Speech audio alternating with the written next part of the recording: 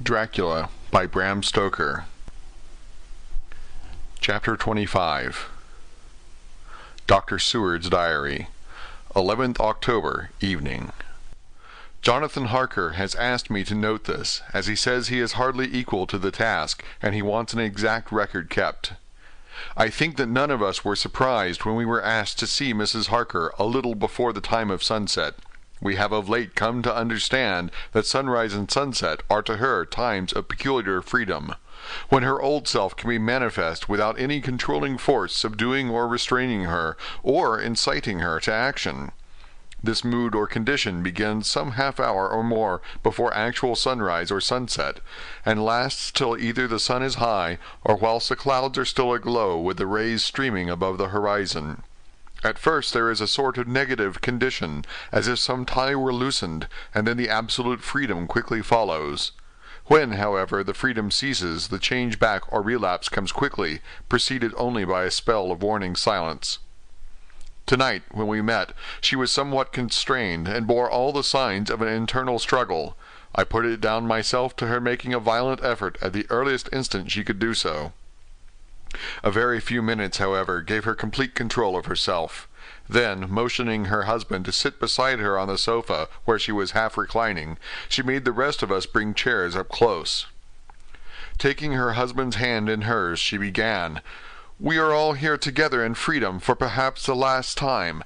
I know that you will always be with me to the end." This was to her husband, whose hand had, as we could see, tightened upon her. "In the morning we go out upon our task, and God alone knows what may be in store for any of us. You are going to be so good to me to take me with you. I know that all that brave, earnest men can do for a poor, weak woman, whose soul perhaps is lost, no, not yet, but is at any rate at stake, you will do. But you must remember that I am not as you are. There is a poison in my blood, in my soul, which may destroy me, which must destroy me, unless some relief comes to us. Oh, my friends, you know as well as I do that my soul is at stake. And though I know there is one way out for me, you must not and I must not take it." She looked appealing to us all in turn, beginning and ending with her husband. "What is that way?" asked Van Helsing in a hoarse voice. "What is that way which we may not take?"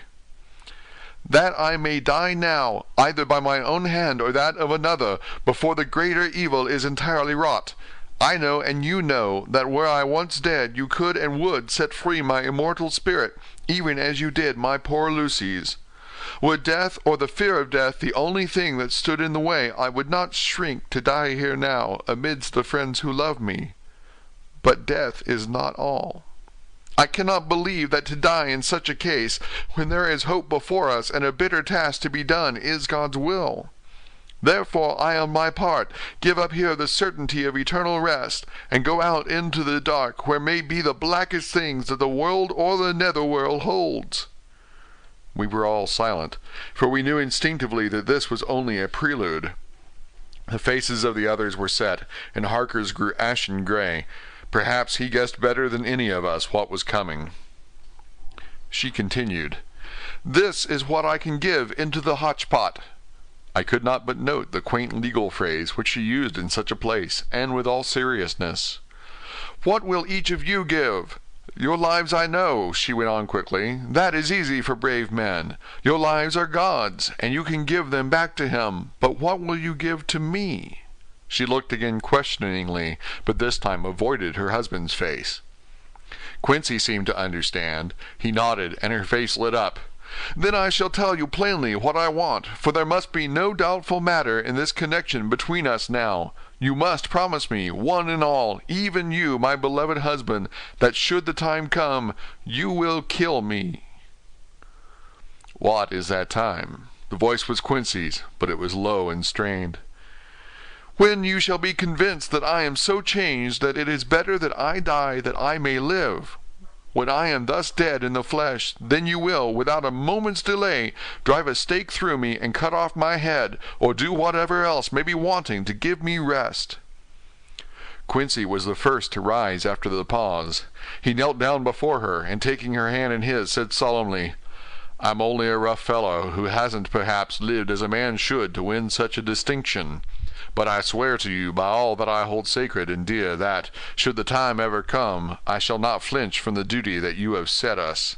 And I promise you, too, that I shall make all certain, for if I am only doubtful, I shall take it that the time has come."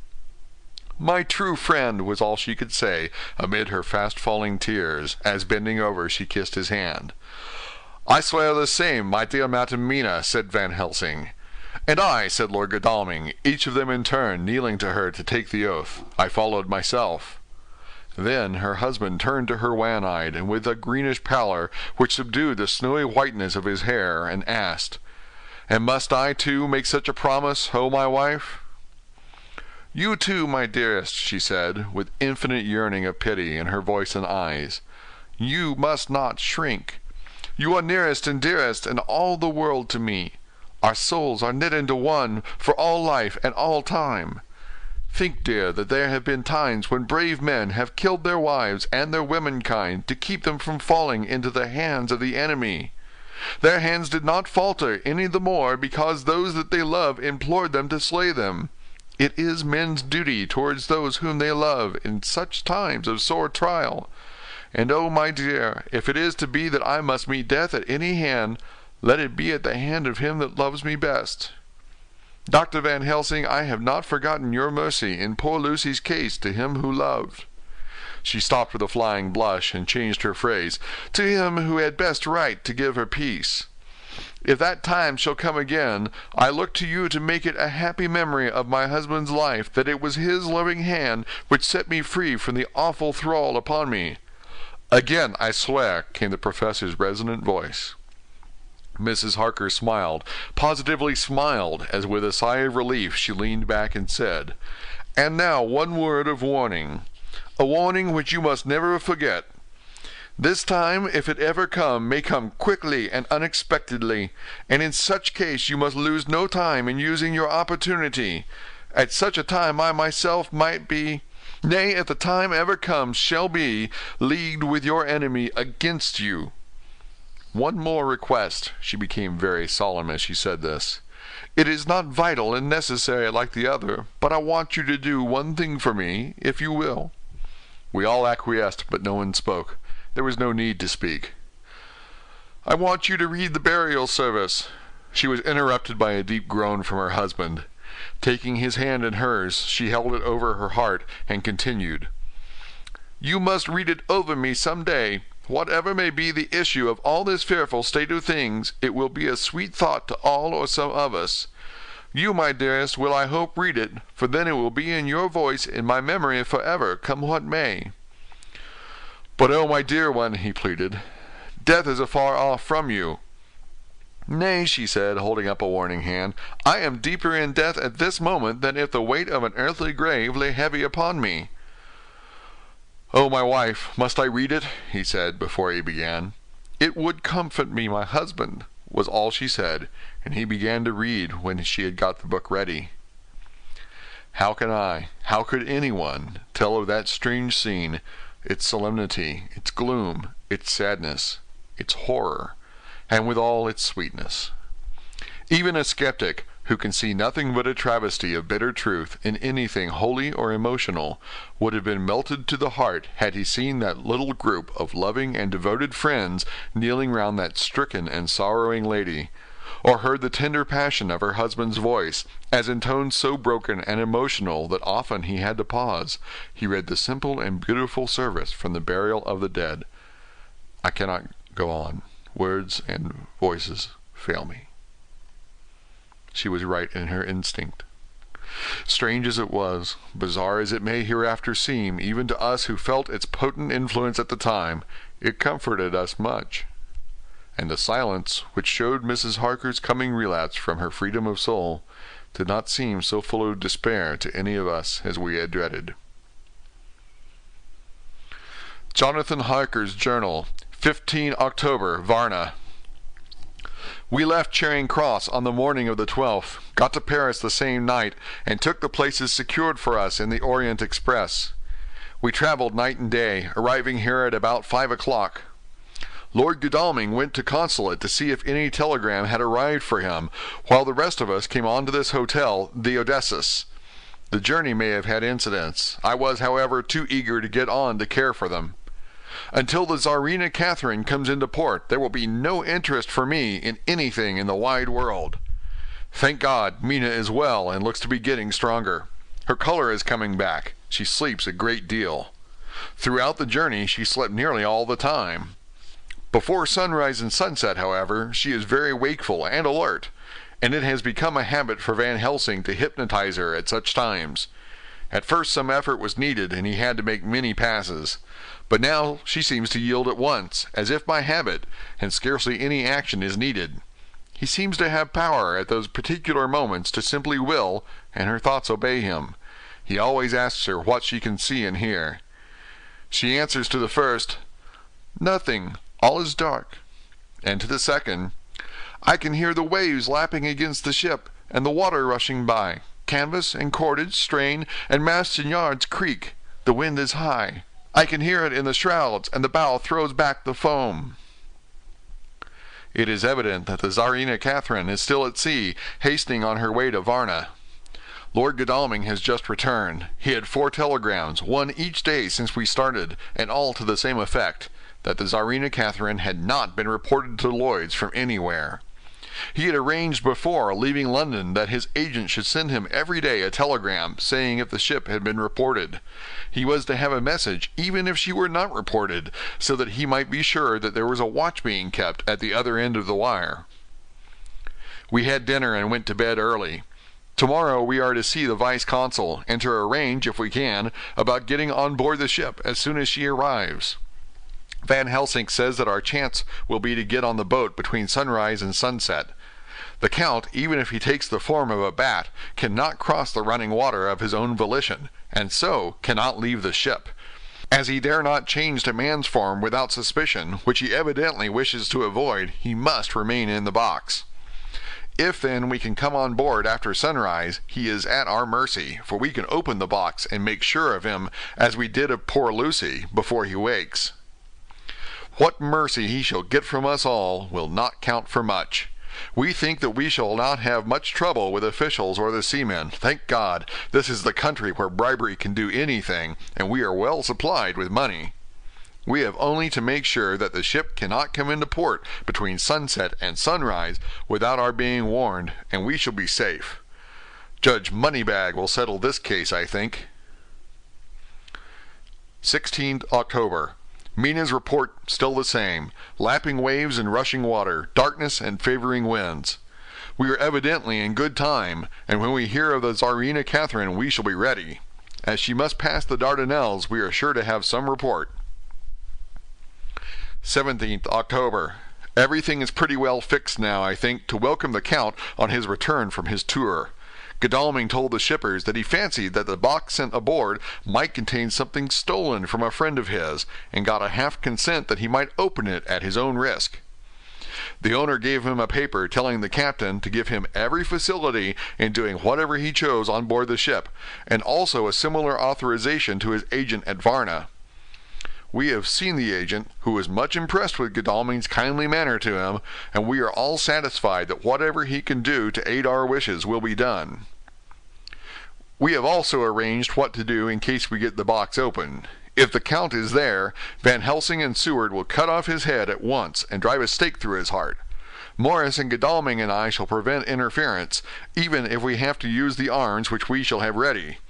The professor says that if we can so treat the Count's body, it will soon after fall into dust. In such case there would be no evidence against us in case any suspicion of murder were aroused. But even if it were not, we should stand or fall by our act, and perhaps some day this very script may be evidence to come between some of us and a rope. For myself, I should take the chance only too thankfully if it were to come. We mean to leave no stone unturned to carry out our intent. We have arranged with certain officials that the instant the Tsarina Catherine is seen, we are to be informed by a special messenger. 24th October. A whole week of waiting. Daily telegrams to Godalming, but only the same story, not yet reported. Mina's morning and evening hypnotic answer is unvaried, lapping waves, rushing water, and creaking masts. Telegram, October 24th, Rufus Smith, Lloyd's, London, to Lord Godalming, care of H.B.M. Vice-Consul Varna. Tsarina Catherine reported this morning from Dardanelles. Dr. Seward's Diary, 25th October. How I miss my phonograph. To write a diary with a pen is irksome to me, but Van Helsing says I must. We were all wild with excitement yesterday when Godalming got his telegram from Lloyd's. I know now what men feel in battle when the call to action is heard. Mrs. Harker, alone of our party, did not show any signs of emotion. After all, it is not strange that she did not, for we took special care not to let her know anything about it, and we all tried not to show any excitement when we were in her presence. In old days she would, I am sure, have noticed, no matter how we might have tried to conceal it. But in this way she is greatly changed during the past 3 weeks. The lethargy grows upon her, and though she seems strong and well, and is getting back some of her color, Van Helsing and I are not satisfied. We talk of her often. We have not, however, said a word to the others. It would break poor Harker's heart, certainly his nerve, if he knew that we had even a suspicion on the subject. Van Helsing examines, he tells me, her teeth very carefully, whilst she is in the hypnotic condition, for he says that so long as they do not begin to sharpen, there is no active danger of a change in her. If this change should come, it would be necessary to take steps. We both know what those steps would have to be, though we do not mention our thoughts to each other. We should neither of us shrink from the task, awful though it may be to contemplate. Euthanasia is an excellent and comforting word, and I am grateful to whoever invented it. It is only about 24 hours' sail from the Dardanelles to here, at the rate the Tsarina Catherine has come from London. She should therefore arrive some time in the morning, but as she cannot possibly get in before noon, we are all about to retire early. We shall get up at 1 o'clock, so as to be ready. 25th October, noon. No news yet of the ship's arrival. Mrs. Harker's hypnotic report this morning was the same as usual, so it is possible that we may get news at any moment. We men are all in a fever of excitement, except Harker, who is calm. His hands are cold as ice, and an hour ago I found him whetting the edge of the great Gurkha knife which he now always carries with him. It will be a bad lookout for the Count if the edge of that kukri ever touches his throat, driven by that stern, ice-cold hand. Van Helsing and I were a little alarmed about Mrs. Harker today. About noon she got into a sort of lethargy which we did not like. Although we kept silence to the others, we were neither of us happy about it. She had been restless all the morning, so that we were at first glad to know that she was sleeping. When, however, her husband mentioned casually that she was sleeping so soundly that he could not wake her, we went to her room to see for ourselves. She was breathing naturally, and looked so well and peaceful that we agreed that the sleep was better for her than anything else. Poor girl! She has so much to forget that it is no wonder that sleep, if it brings oblivion to her, does her good. Later. Our opinion was justified, for when after a refreshing sleep of some hours she woke up, she seemed brighter and better than she had been for days. At sunset she made the usual hypnotic report. Wherever he may be in the Black Sea, the Count is hurrying to his destination, to his doom, I trust. 26th October. Another day, and no tidings of the Tsarina Catherine. She ought to be here by now. That she is still journeying somewhere is apparent, for Mrs. Harker's hypnotic report at sunrise was still the same. It is possible that the vessel may be lying by at times for fog. Some of the steamers which came in last evening reported patches of fog both to the north and south of the port. We must continue our watching, as the ship may now be signaled any moment. 27th October, noon. Most strange. No news yet of the ship we wait for. Mrs. Harker reported last night and this morning as usual, lapping waves and rushing water, though she added that the waves were very faint. The telegrams from London have been the same. No further report. Van Helsing is terribly anxious, and told me just now that he fears the Count is escaping us. He added significantly, I did not like that lethargy of Madame Mina's. Souls and memories can do strange things during trance. I was about to ask him more, but Harker just then came in, and he held up a warning hand. We must try tonight at sunset to make her speak more fully when in her hypnotic state. 28th October, telegram. Rufus Smith, London, to Lord Godalming, care HBM Vice-Consul Varna. Tsarina Catherine reported entering Galatz at 1 o'clock today. Dr. Seward's diary, 28th October. When the telegram came announcing the arrival in Galatz, I do not think it was such a shock to any of us as might have been expected. True, we did not know whence or how or when the bolt would come, but I think we all expected that something strange would happen. The day of arrival at Varna made us individually satisfied that things would not be just as we had expected. We only waited to learn where the change would occur. Nonetheless, however, it was a surprise.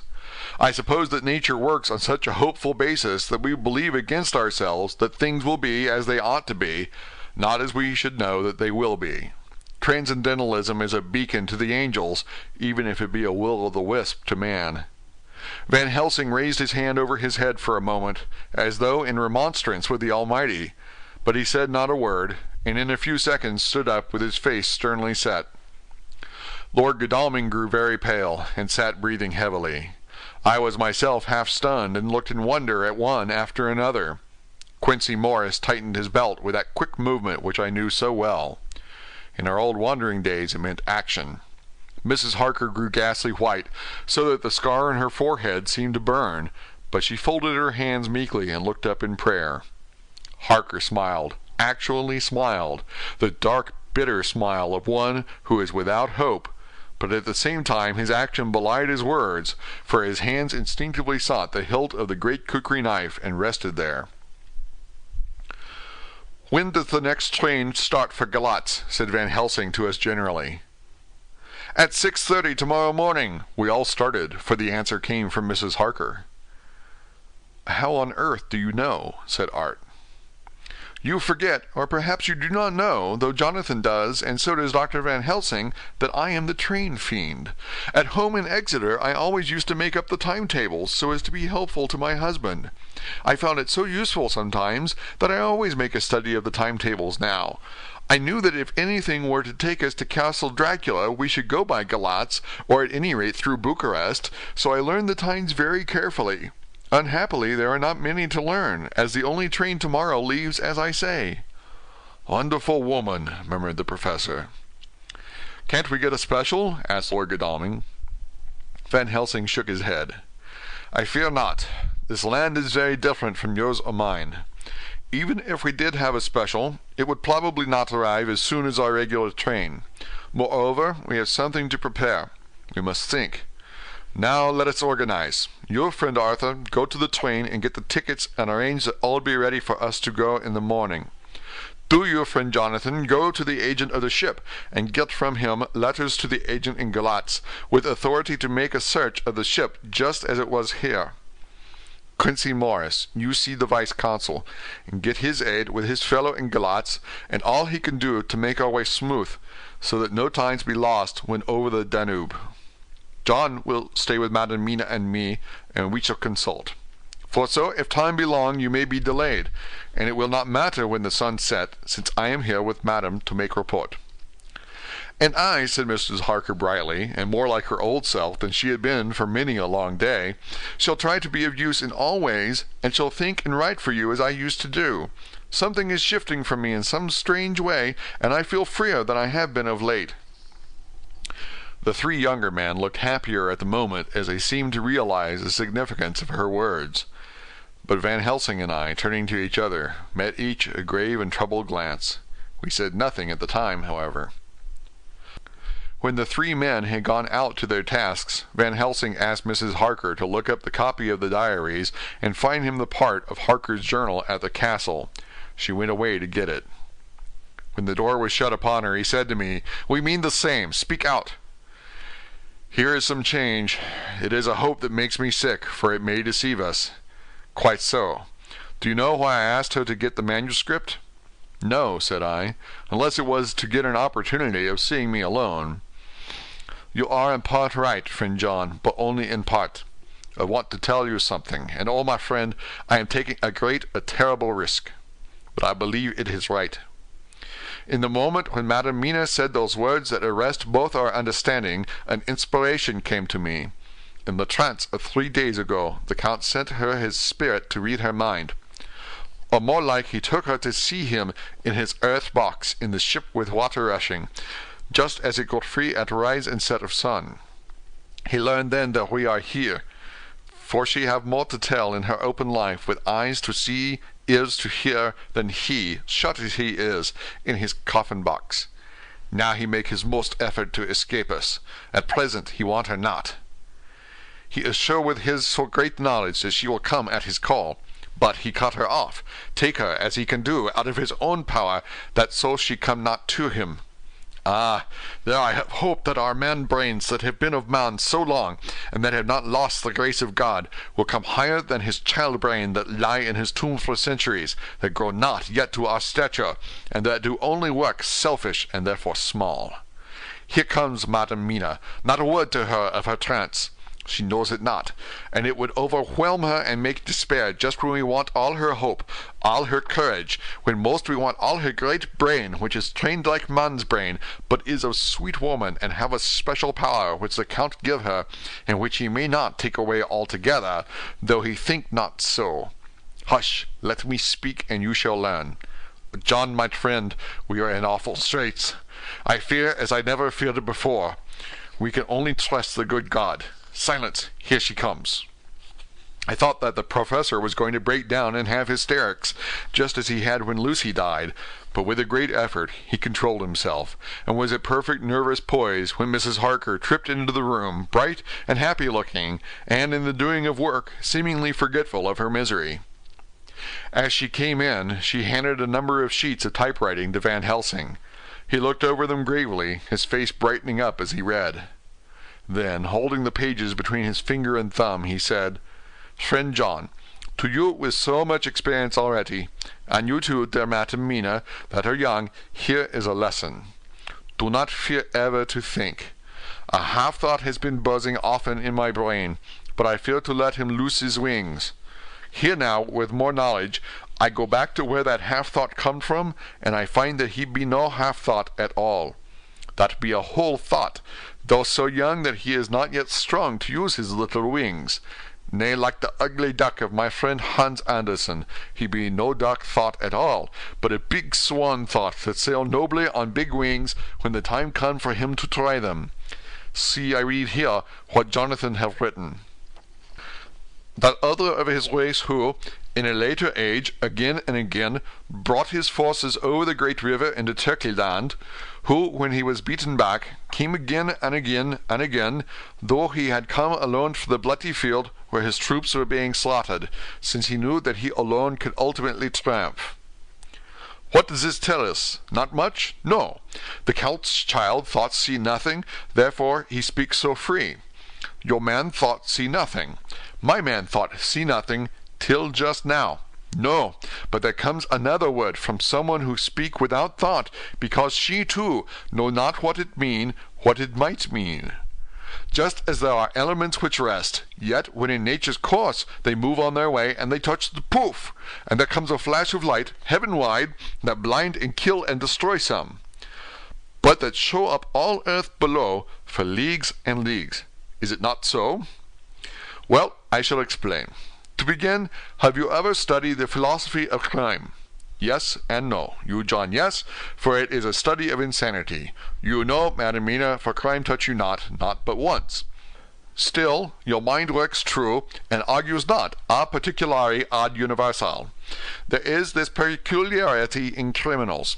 It is so constant, in all countries and at all times, that even police, who know not much from philosophy, come to know it empirically, that it is. That is to be empiric. The criminal always works at one crime. That is the true criminal, who seems predestinate to crime, and who will of none other. This criminal has not full man brain.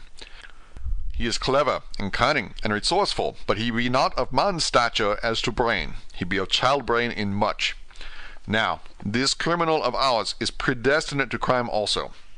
He too have child brain, and it is of the child to do what he have done. The little bird, the little fish, the little animal led not by principle, but empirically. And when he learned to do, then there is to him the ground to start from to do more. Das pou sto, said Archimedes. Give me a fulcrum, and I shall move the world. To do once is the fulcrum whereby child-brain become man-brain. And until he have the purpose to do more, he continue to do the same, again, every time, just as he have done before. Oh, my dear, I see that your eyes are opened, and that, to you, the lightning flash show all the leagues. For Mrs. Harker began to clap her hands, and her eyes sparkled. He went on, Now you shall speak. Tell us two dry men of science what you see with those so bright eyes. He took her hand and held it whilst he spoke. His fingers and thumb closed on her pulse, as I thought instinctively and unconsciously, as she spoke. The Count is a criminal and of criminal type. Nordau and Lombroso would so classify him, and qua criminal he is of an imperfectly formed mind. Thus, in a difficulty he has to seek resource in habit. His past is a clue, and the one page of it that we know, and that from his own lips tells that once before, when in what Mr. Morris would call a tight place, he went back to his own country from the land he had tried to invade, and thence, without losing purpose, prepared himself for a new effort. He came again better equipped for his work, and won. So he came to London to invade a new land. He was beaten, and when all hope of success was lost, and his existence in danger, he fled back over the sea to his home, just as formerly he had fled back over the Danube from Turkey-land. Good, good! Oh, you're so clever, lady, said Van Helsing enthusiastically, as he stooped and kissed her hand. A moment later he said to me, as calmly as though we had been having a sick-room consultation, 72 only, and in all this excitement I have hope. Turning to her again, he said with keen expectation, But go on, go on! There is more to tell if you will. Be not afraid. John and I know. I do in any case, and shall tell you if you are right. Speak without fear. I will try to, but you will forgive me if I seem too egotistical. Nay, fear not. You must be egotist, for it is of you that we think. Then, as he is criminal, he is selfish. And as his intellect is small, and his action is based on selfishness, he confines himself to one purpose. That purpose is remorseless. As he fled back over the Danube, leaving his forces to be cut to pieces, so now he is intent on being safe, careless of all. So his own selfishness frees my soul somewhat from the terrible power which he acquired over me on that dreadful night. I felt it! Oh, I felt it! Thank God for his great mercy! My soul is freer than it has been since that awful hour, and all that haunts me is a fear lest in some trance or dream he may have used my knowledge for his ends. The professor stood up. He has so used your mind, and by it he has left us here in Varna, whilst the ship that carried him rushed through enveloping fog up to Galatz, where doubtless he had made preparation for escaping from us. But his child mind only saw so far. And it may be that as ever is in God's providence, the very thing that the evil doer most reckoned on for his selfish good turns out to be his chiefest harm. The hunter is taken in his own snare, as the great psalmist says. For now that he think he is free from every trace of us all, and that he has escaped us with so many hours to him, then his selfish child-brain will whisper him to sleep. He think, too, that as he cut himself off from knowing your mind, there can be no knowledge of him to you, and that is where he fail. That terrible baptism of blood which he give you makes you free to go to him in spirit, as you have yet done in your times of freedom when the sun rise and set. At such times you go by my volition, and not by his. And this power to good of you and others you have won from your suffering at his hands. This is now all more precious that he know it not, and to guard himself hath even cut himself off from his knowledge of our where. We, however, are not selfish, and we believe that God is with us through all this blackness, and these many dark hours. We shall follow him, and we shall not flinch, even if we peril ourselves that we become like him. Friend John, this has been a great hour, and it have done much to advance us on our way. You must be scribe and write him all down, so that when the others return from their work you can give it to them, then they shall know as we do. And so I have written it whilst we wait their return, and Mrs. Harker has written with the typewriter all since she brought the manuscript to us.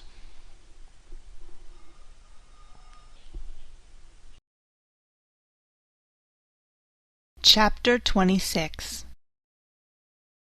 Dr. Seward's Diary, 29 October. This is written in the train from Varna to Galatz. Last night we all assembled a little before the time of sunset. Each of us has done his work as well as he could, as far as thought and endeavour and opportunity go. We are prepared for the whole of our journey, and for our work when we get to Galatz. When the usual time came round, Mrs. Harker prepared herself for her hypnotic effort, and after a longer and more serious effort on the part of Van Helsing than had been usually necessary, she sank into the trance. Usually she speaks on a hint, but this time the professor had to ask her questions, and had to ask them pretty resolutely before we could learn anything. At last her answer came. "I can see nothing. We are still. There are no waves lapping, but only a steady swirl of water running softly against the hawser. I can hear men's voices calling, near and far, and the roll and creak of oars in the rowlocks. A gun is fired somewhere. The echo of it seems far away. There is trampling of feet overhead, and ropes and chains are dragged along. What is this? There is a gleam of light. I can feel the air blowing upon me." Here she stopped. She had risen, as if impulsively, from where she lay on the sofa, and raised both her hands, palms upwards, as if lifting a weight. Van Helsing and I looked at each other with understanding. Quincy raised his eyebrows slightly and looked at her intently, whilst Harker's hand instinctively closed round the hilt of his kukri. There was a long pause. We all knew that the time when she could speak was passing, but we felt that it was useless to say anything. Suddenly she sat up, and as she opened her eyes said sweetly, "Would none of you like a cup of tea? You must all be so tired." We could only make her happy, and so acquiesced. She bustled off to get tea. When she had gone, Van Helsing said, "You see, my friends, he is close to land. He has left his earth chest, but he has yet to get on shore. In the night he may lie hidden somewhere, but if he be not carried on shore, or if the ship do not touch it, he cannot achieve the land. In such case he can, if it be in the night, change his form, and jump or fly on shore. Then, unless he be carried, he cannot escape.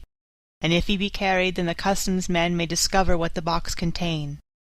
Thus, in fine, if he escape not on shore tonight or before dawn, there will be the whole day lost to him.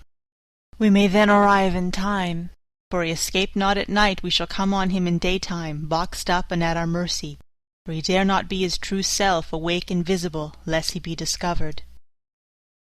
There was no more to be said, so we waited in patience until the dawn, at which time we might learn more from Mrs. Harker.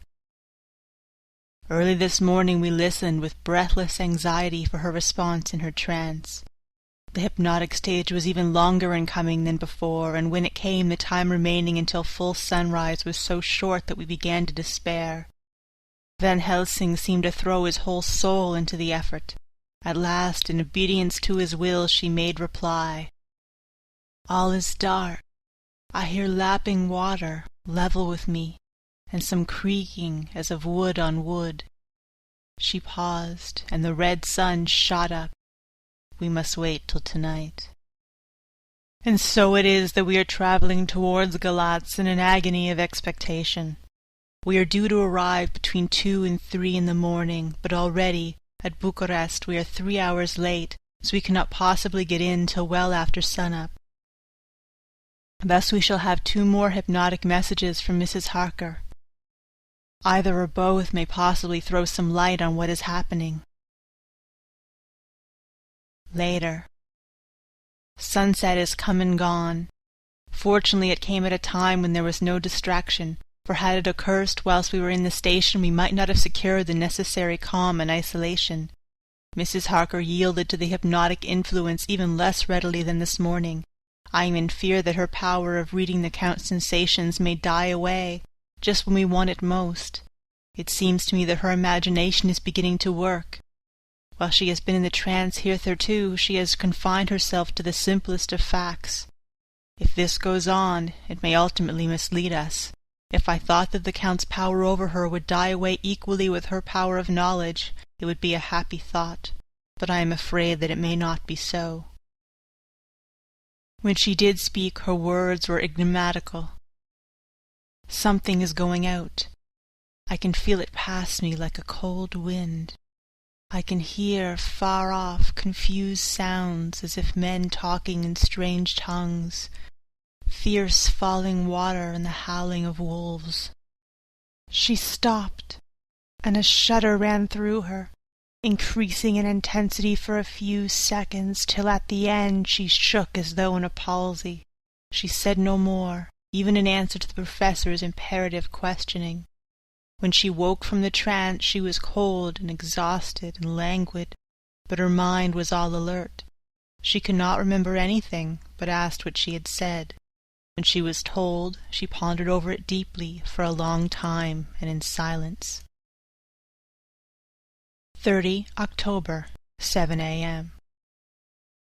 We are near Galatz now, and I may not have time to write later.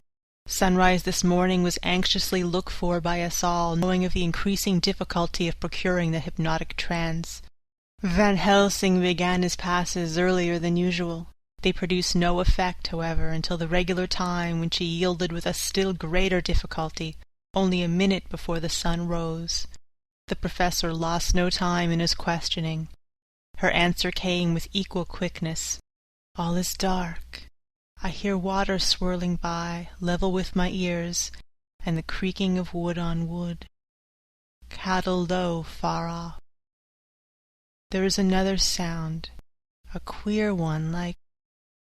She stopped and grew white and whiter still. Go on, speak, I command you, said Van Helsing in an agonized voice. At the same time there was despair in his eyes, for the risen sun was reddening even Mrs. Harker's pale face. She opened her eyes, and we all started as she said, sweetly and seemingly with the utmost unconcern, "Oh, Professor, why ask me to do what you know I can't? I don't remember anything." Then, seeing the look of amazement on our faces, she said, turning from one to the other with a troubled look, "What have I said? What have I done? I know nothing, only that I was lying here half asleep and heard you say, 'Go on, speak, I command you.' It seems so funny to hear you order me about as if I were a bad child." "Oh, Madam Mina," he said sadly, "it is proof, if proof be needed, of how I love and honor you, when a word for your good, spoken more earnest than ever, can seem so strange because it is to order her whom I am proud to obey. The whistles are sounding. We are nearing Galatz. We are on fire with anxiety and eagerness." Mina Harker's Journal, 30 October. Mr. Morris took me to the hotel where our rooms had been ordered by telegraph, he being the one who could best be spared, since he does not speak any foreign language. The forces were distributed much as they had been at Varna, except that Lord Godalming went to the vice-consul, as his rank might serve as an immediate guarantee of some sort to the official, we being in extreme hurry. Jonathan and the two doctors went to the shipping agent to learn particulars of the arrival of the Tsarina Catherine. Later, Lord Godalming has returned. The consul is away, and the vice-consul sick, so the routine work has been attended to by a clerk. He was very obliging, and offered to do anything in his power. Jonathan Harker's Journal, 30 October. At 9 o'clock, Dr. Van Helsing, Dr. Seward, and I called on Messrs. Mackenzie and Steinkopf, the agents of the London firm of Hapgood. They had received a wire from London in answer to Lord Godalming's telegraphed request, asking them to show us any civility in their power. They were more than kind and courteous, and took us at once on board the Tsarina Catherine, which lay at anchor out in the river harbour. There we saw the captain, Donaldson by name, who told us of his voyage. He said that in all his life he had never had so favourable a run. "Man," he said, "but it made us go afraid, for we expected if we should have to pay for with some rare piece of ill luck so as to keep up the average. It's no canny to run frae London to the Black Sea with a wind ant ye, as though the deil himself was blowing on your sail for ane purpose, and at the time we could no spare a thing. Gin we were nigh a ship or poor a headland, a fog fell on us and travelled with us till we were at a heavy lifted, and we looked out the deil a thing could we see.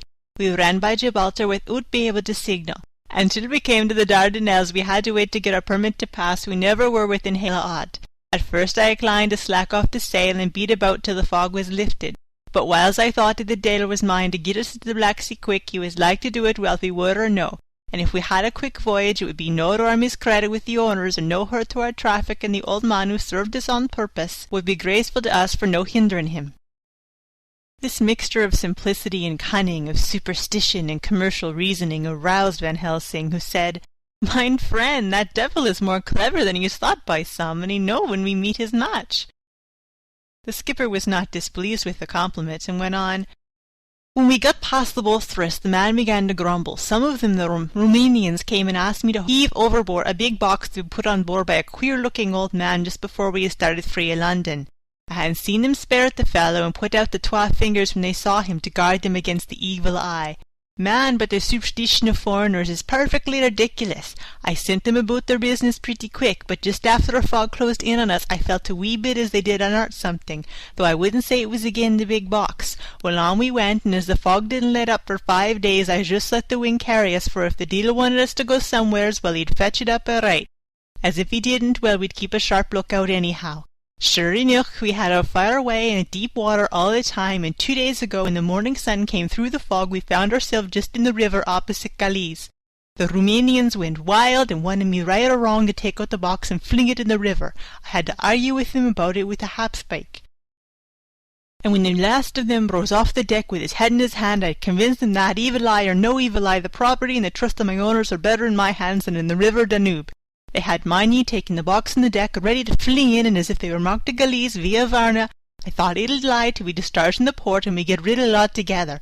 We didn't do much clearing that day, and had to remain the night at anchor, but in the morning, an hour before sun-up, a man came aboard with an order written to him from England to receive a box for one Count Dracula.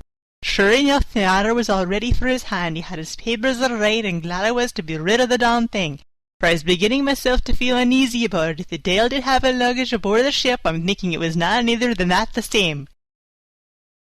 "What was the name of the man who took it?" asked Van Helsing with restrained eagerness. "I'll be telling you quick," he answered, and stepped down to his cabin, producing a receipt signed Emanuel Hedelsleim. Bergenstrasse 16 was the address. We found out this was all the captain knew, so with thanks we came away. We found Hedelsheim in his office, a Hebrew of rather the Adelphi Thader type, with a nose like a sheep and a fez. His arguments were pointed with specie, we doing the punctuation, and with a little bargaining he told us what he knew. This turned out to be simple but important. He had received a letter from Mr. Deville of London, telling him to receive, if possible before sunrise so as to avoid customs, a box which would arrive at Galatz in the Tsarina Catherine. This he was to give in charge to a certain Petrov Skinsky, who dealt with the Slovaks who traded down the river to the port. He had been paid for his work by an English bank-note, which had been duly cashed for gold at the Danube International Bank. When Skinsky had come to him, he had taken him to the ship and handed over the box so as to save porterage. That was all he knew. We then sought for Skinsky, but were unable to find him. One of his neighbours, who did not seem to bear him any affection, said that he had gone away 2 days before, no one knew whither. This was corroborated by his landlord, who had received by messenger the key of the house, together with the rent due, in English money. This had been between 10 and 11 o'clock last night. We were at a standstill again. Whilst we were talking, one came running and breathlessly gasped out that the body of Skinsky had been found inside the well of the churchyard of St. Peter, and that the throat had been torn open as if by some wild animal. Those we'd been speaking with ran off to see the horror, the women crying out, "This is the work of a Slovak!" We hurried away, lest we should have been in some way drawn into the affair and so detained. As we came home we could arrive at no definite conclusion. We were all convinced that the box was on its way by water to somewhere, but where that might be we would have to discover. With heavy hearts we came home to the hotel, to Mina. When we met together, the first thing was to consult as to taking Mina again into our confidence. Things are getting desperate, and it is at least a chance, though a hazardous one. As a preliminary step, I was released from my promise to her. Mina Harker's Journal, 30 October, evening. They were so tired and worn out and dispirited that there was nothing to be done till they had some rest.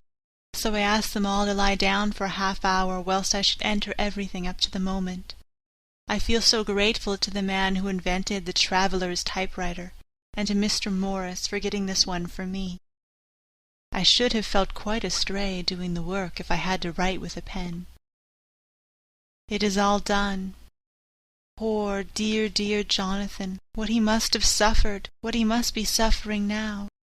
He lies on the sofa, hardly seeming to breathe, and his whole body appears in collapse. His brows are knit, his face is drawn with pain. Poor fellow, maybe he is thinking, and I can see his face all wrinkled up with the concentration of his thoughts. Oh, if only I could help at all! I shall do what I can. I have asked Dr. Van Helsing, and he has got me all the papers that I have not yet seen. Whilst they are resting, I shall go over all carefully, and perhaps I may arrive at some conclusion. I shall try to follow the professor's example and think without prejudice on the facts before me. I do believe that under God's providence I shall have made a discovery. I shall get the maps and look over them. I am more than ever sure that I am right. My new conclusion is ready, so I shall get our party together and read it. They can judge it. It is well to be accurate, and every minute is precious. Mina Harker's memorandum, entered in her journal. Ground of inquiry. Count Dracula's problem is to get back to his own place. A. He must be brought back by someone. This is evident, for he had power to move himself as he wished. He could go either as man or wolf or bat, or in some other way. He evidently fears discovery or interference in the state of helplessness in which he must be, confined as he is between dawn and sunset in his wooden box. B. How is he to be taken? Here a process of exclusions may help us, by road, by rail, by water. 1. By road. There are endless difficulties, especially in leaving the city. X. There are people, and people are curious, and investigate. A hint, a surmise, a doubt as to what might be in the box would destroy him. Y. There are, or there may be, customs and octroi officers to pass. Z. His pursuers might follow. This is his highest fear, and in order to prevent his being betrayed he has repelled, so far as he can, even his victim, me. 2. By rail. There is no one in charge of the box. It would have to take its chance of being delayed, and delay would be fatal with enemies on the track. True, he might escape at night, but what would he be if left in a strange place with no refuge that he could fly to? This is not what he intends, and he does not mean to risk it. 3. By water. Here is the safest way in one respect, but with most danger in another. On the water he is powerless, except at night. Even then he can only summon fog and storm and snow and his wolves. But were he wrecked, the living water would engulf him, helpless, and he would indeed be lost. He could have the vessel drive to land, but if it were unfriendly land, wherein he was not free to move, his position would still be desperate. We know from the record that he was on the water, so what we have to do is to ascertain what water. The first thing is to realize exactly what he has done as yet. We may, then, get a light on what his task is to be. Firstly, we must differentiate between what he did in London as part of his general plan of action, when he was pressed for moments and had to arrange as best he could. Secondly, we must see, as well as we can surmise it from the facts we know of, what he has done here. As to the first, he evidently intended to arrive at Galatz, and sent envoys to Varna to deceive us, lest we should ascertain his means of exit from England. His immediate and sole purpose then was to escape. The proof of this is the letter of instructions sent to Emanuel Hildesheim to clear and take away the box before sunrise. There is also the instruction to Petrov Skinsky. These we must only guess at. But there must have been some letter or message, since Skinsky came to Hildesheim. That, so far, his plans were successful, we know. The Tsarina Catherine made a phenomenally quick journey, so much though that Captain Donelson's suspicions were aroused. But his superstition, united with his canniness, played the Count's game for him, and he ran with his favouring wind through fogs and all, till he brought up blindfold at Galatz. That the Count's arrangements were well made has been proved. Hildesheim cleared the box, took it off, and gave it to Skinsky. Skinsky took it, and here we lose the trail. We only know that the box is somewhere on the water, moving along.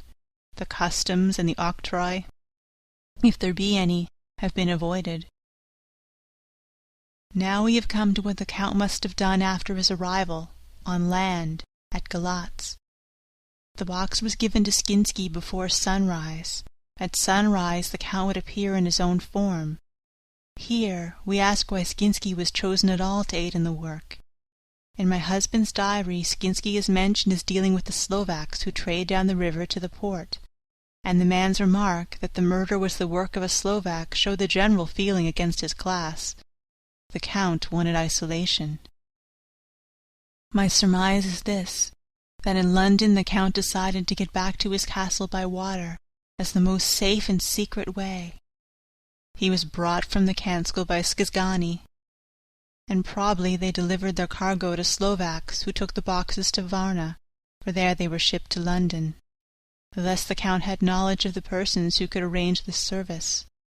When the box was on land, before sunrise or after sunset, he came out from his box, met Skinsky, and instructed him what to do as to arranging the carriage of the box up some river. When this was done, and he knew that all was in train, he blotted out his traces, as he thought, by murdering his agent. I have examined the map, and find that the river most suitable for the Slovaks to have ascended is either the Pruth or the Sereth. I read in the typescript that in my trance I heard cows low and water swirling level with my ears and the creaking of wood. The Count, in his box then, was on a river in an open boat, propelled probably either by oars or poles, for the banks are near and is working it against stream. There would be no such if floating downstream. Of course, it may not be either the Sereth or the Pruth, but we may possibly investigate further. Now of these two, the Pruth is the most easily navigated, but the Sereth is, at Fundu, joined by the Bistritza, which runs up round the Borgo Pass. The loop it makes is manifestly as close to Dracula's castle as can be got by water. Mina Harker's Journal. Continued. When I had done reading, Jonathan took me in his arms and kissed me. The others kept shaking me by both hands, and Dr. Van Helsing said, "Our dear Madam Mina is once more our teacher. Her eyes have been where we were blinded. Now we are on the track once again, and this time we may succeed. Our enemy is at his most helpless, and if we can come on him by day, on the water, our task will be over. He has a start, but he is powerless to hasten, as he may not leave his box, lest those who carry him may suspect. For them to suspect would be to prompt them to throw him in the stream where he perish. This he knows, and will not. Now, men, to our council of war, for here and now we must plan what each and all shall do." "I shall get a steam launch, and follow him," said Lord Godalming. "And I, horses to follow on the bank, lest he chance to land," said Mr. Morris. "Good," said the Professor. "Both good, but neither must go alone. There must be force to overcome force if need be. The Slovak is strong and rough, and he carries rude arms." All the men smiled, for amongst them they carried a small arsenal. Said Mr. Morris, "I have brought some Winchesters. They are pretty, handy in a crowd, and there may be wolves. The Count, if you remember, took some other precautions. He made some requisitions on others that Mrs. Harker could not quite hear or understand. We must be ready at all points." Dr. Seward said, "I think I had better go with Quincy. We have been accustomed to hunt together, and we two, well armed, will be a match for whatever may come along. You must not be alone, Art. It may be necessary to fight the Slovaks, and a chance thrust, for I don't suppose these fellows carry guns, would undo all our plans. There must be no chances this time. We shall not rest until the Count's head and body have been separated, and we are sure that he cannot reincarnate." He looked at Jonathan as he spoke, and Jonathan looked at me. I could see that the poor dear was torn about in his mind. Of course he wanted to be with me, but then the boat service would, most likely, be the one that would destroy the vampire. Why did I hesitate to write the word?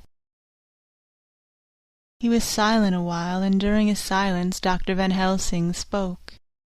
"Friend Jonathan, this is to you for twice reasons. First, because you are young and brave and can fight, and all the energies may be needed at the last. And again that it is your right to destroy him, that which has wrought such woe to you and others. Be not afraid for Madam Mina. She will be my care, if I may.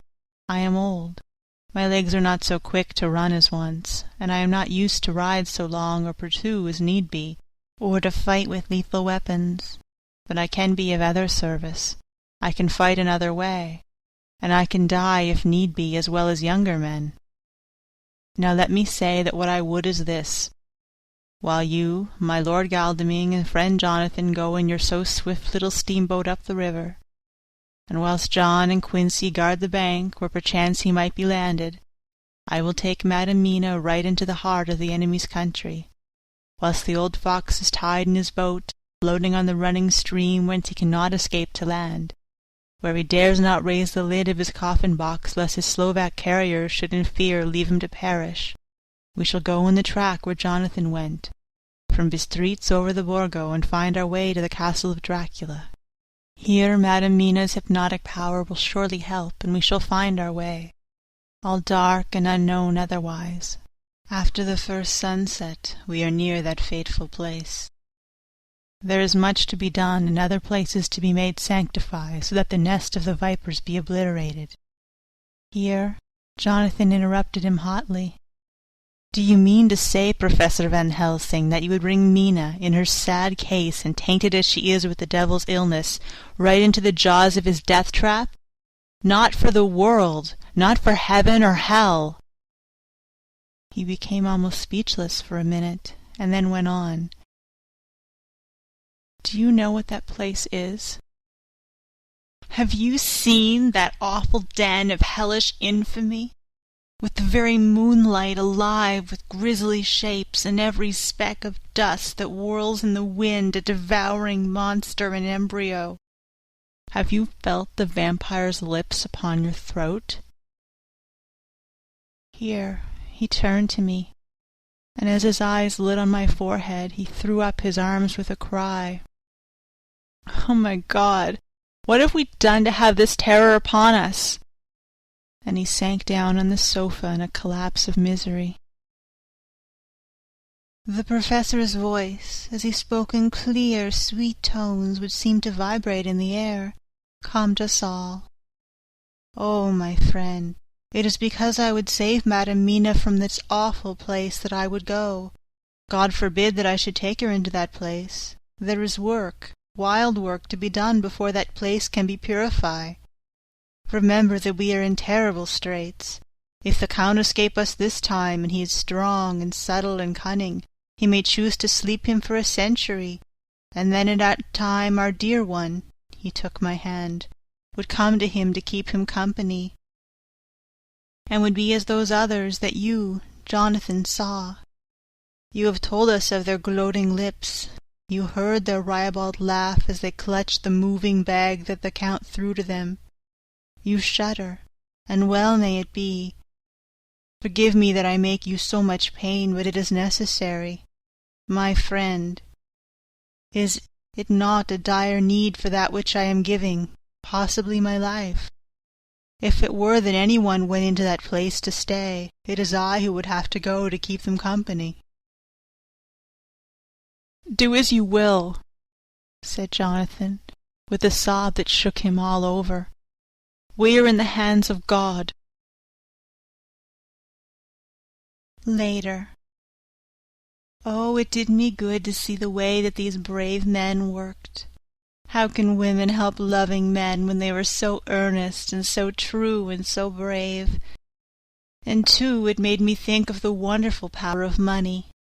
What can it not do when basely used?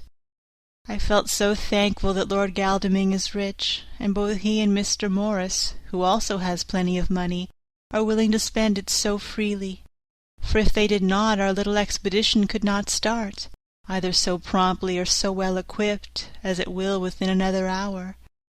It is not 3 hours since it was arranged what part each of us was to do, and now Lord Godalming and Jonathan have a lovely steam launch, with steam up ready to start at a moment's notice. Dr. Seward and Mr. Morris have 6 good horses, well appointed. We all have the maps and appliances of various kinds that can be had.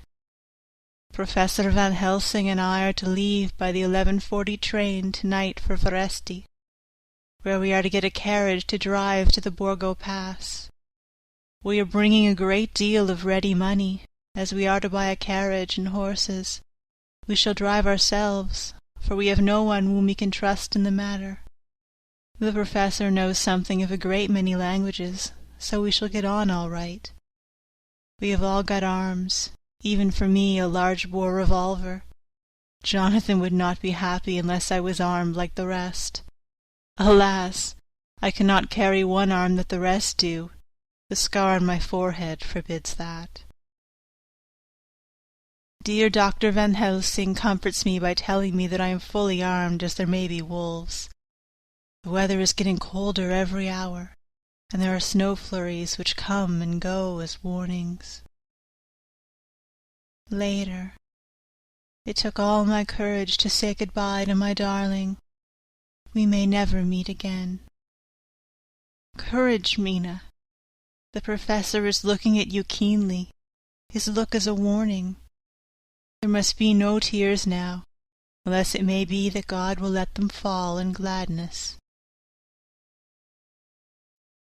Jonathan Harker's Journal, 30 October, Night. I am writing this in the light from the furnace door of the steam launch. Lord Godalming is firing up. He is an experienced hand at the work, as he has had for years a launch of his own on the Thames and another on the Norfolk Broads. Regarding our plans, we finally decided that Mina's guess was correct, and that if any waterway was chosen for the Count's escape back to his castle, the Sareth, and then the Bistritza at its junction, would be the one. We took it, that somewhere about the 47th degree north latitude would be the place chosen for the crossing, the country between the river and the Carpathians. We have no fear in running at good speed up the river at night. There is plenty of water, and the banks are wide enough apart to make steaming, even in the dark, easy enough. Lord Godalming tells me to sleep for a while, as it is enough for the present for one to be on watch. But I cannot sleep. How can I, with the terrible danger hanging over my darling, and her going out into that awful place? My only comfort is that we are in the hands of God. Only for that faith it would be easier to die than to live, and so be quit of all the trouble. Mr. Morris and Dr. Seward were off on their long ride before we started. They are to keep up the right bank, far enough off to get on higher lands where they can see a good stretch of river and avoid the following of its curves. They have, for the first stages, 2 men to ride and lead their spare horses, 4 in all, so as not to excite curiosity. When they dismiss the men, which shall be shortly, they shall themselves look after the horses. It may be necessary for us to join forces. If so, they can mount our whole party. One of the saddles has a movable horn and can be easily adapted for Mina, if required. It is a wild adventure we are on. Here, as we are rushing on through the darkness, with the cold from the river seeming to rise up and strike us, with all the mysterious voices of the night around us, it all comes home. We seem to be drifting into unknown places and unknown ways, into a whole world of dark and dreadful things. Galdeming is shutting the furnace door. 31 October. Still hurrying along. The day is come and Galdeming is sleeping. I am on watch. The morning is bitterly cold. The furnace heat is grateful, though we have heavy fur coats. As yet we have passed only a few open boats, but none of them had on board any box or package of anything like the size of the one we seek. The men were scared every time we turned our electric lamp on them, and fell on their knees and prayed. 1 November, evening. No news all day. We have found nothing of the kind we seek. We have now passed into the Bistritza, and if we are wrong in our surmise, our chance is gone. We have overhauled every boat, big and little. Early this morning one crew took us for a government boat and treated us accordingly. We saw in this a way of smoothing matters, so at Fundu, where the Bistritza runs into the Sareth, we got a Roumanian flag which we now fly conspicuously. With every boat which we have overhauled since then, this trick has succeeded. We have had every deference shown to us, and not once any objection to whatever we chose to ask or do. Some of the Slovaks tell us that a big boat passed them, going at more than usual speed, as she had a double crew on board. This was before they came to Fundu, so they could not tell us whether the boat turned into the Bistritza or continued up on the Sareth. At Fundu we could not hear of any such boat, so she must have passed there in the night. I am feeling very sleepy. The cold is perhaps beginning to tell upon me, and nature must have rest some time. Galdeming insists that he shall keep the first watch. God bless him for all his goodness to poor dear Mina and me. 2 November, morning. It is broad daylight. That good fellow would not wake me. He says it would have been a sin too, for I slept peacefully and was forgetting my trouble. It seems brutally selfish to me to have slept so long and let him watch all night, but he was quite right. I am a new man this morning. And as I sit here and watch him sleeping, I can do all that is necessary, both as to minding the engine, steering, and keeping watch. I can feel that my strength and energy are coming back to me. I wonder where Mina is now, and Van Helsing. They should have got to Varetzi about noon on Wednesday. It would take them some time to get the carriage and the horses, so if they had started and travelled hard, they would be about now at the Borgo Pass. God guide and help them. I am afraid to think what may happen. If we could only go faster, but we cannot. The engines are throbbing and doing their utmost. I wonder how Dr. Stewart and Mr. Morris are getting on. There seem to be endless streams running down the mountains into this river, but as none of them are very large, at present, at all events, though they are doubtless terrible in winter and when the snow melts, the horsemen may not have met much obstruction. I hope that before we get to Strasbourg we may see them, for if by that time we have not overtaken the Count, it may be necessary to take counsel together what to do next. Dr. Seward's Diary, 2 November. 3 days on the road. No news and no time to write it if there had been, for every moment is precious. We have had only the rest needful for the horses. But we are bearing it wonderfully. Those adventurous days of ours are turning up useful. We must push on. We shall never feel happy till we get the launch in sight again. 3. November. We heard at Fondue that the launch had gone up the Bistritza. I wish it wasn't so cold. There are signs of snow coming, and if it falls heavy it will stop us. In such case we must get a sledge and go on, Russian fashion. 4. November. Today we heard of the launch having been detained by an accident when trying to force a way up the rapids. The Slovak boats get up all right by aid of a rope and steering with knowledge. Some went up only a few hours before. Guldeming is an amateur fitter himself, and evidently it was he who put the launch in trim again. Finally they got up the rapids all right with local help and are off on the chase afresh. I fear that the boat is not any better for the accident. Peasantry tell us that after she got upon the smooth water again, she kept stopping every now and again, so long as she was in sight. We must push on harder than ever. Our help may be wanted soon. Mina Harker's Journal, 31 October. Arrived at Varetzi at noon. The professor tells me that this morning at dawn he could hardly hypnotize me at all, and all that I could say was dark and quiet. He is off now buying a carriage and horses. He says that he will later on try to buy additional horses, that we may be able to change them on the way. We have something more than 70 miles before us. The country is lovely and most interesting. If only we were under different conditions, how delightful it would be to see it all. If Jonathan and I were driving through it alone, what a pleasure it would be to stop and see people and learn something of their life, and to fill our minds and memories with all the color and picturesqueness of the whole wide, beautiful country, and the quaint people. But alas! Later, Dr. Van Helsing has returned. He has got the carriage and horses. We are to have some dinner and to start in an hour. The landlady is putting us up a huge basket of provisions. It seems enough for a company of soldiers. The professor encourages her, and whispers to me that it may be a week before we get any food again. He has been shopping too, and has sent home such a wonderful lot of fur coats and wraps and all sorts of warm things.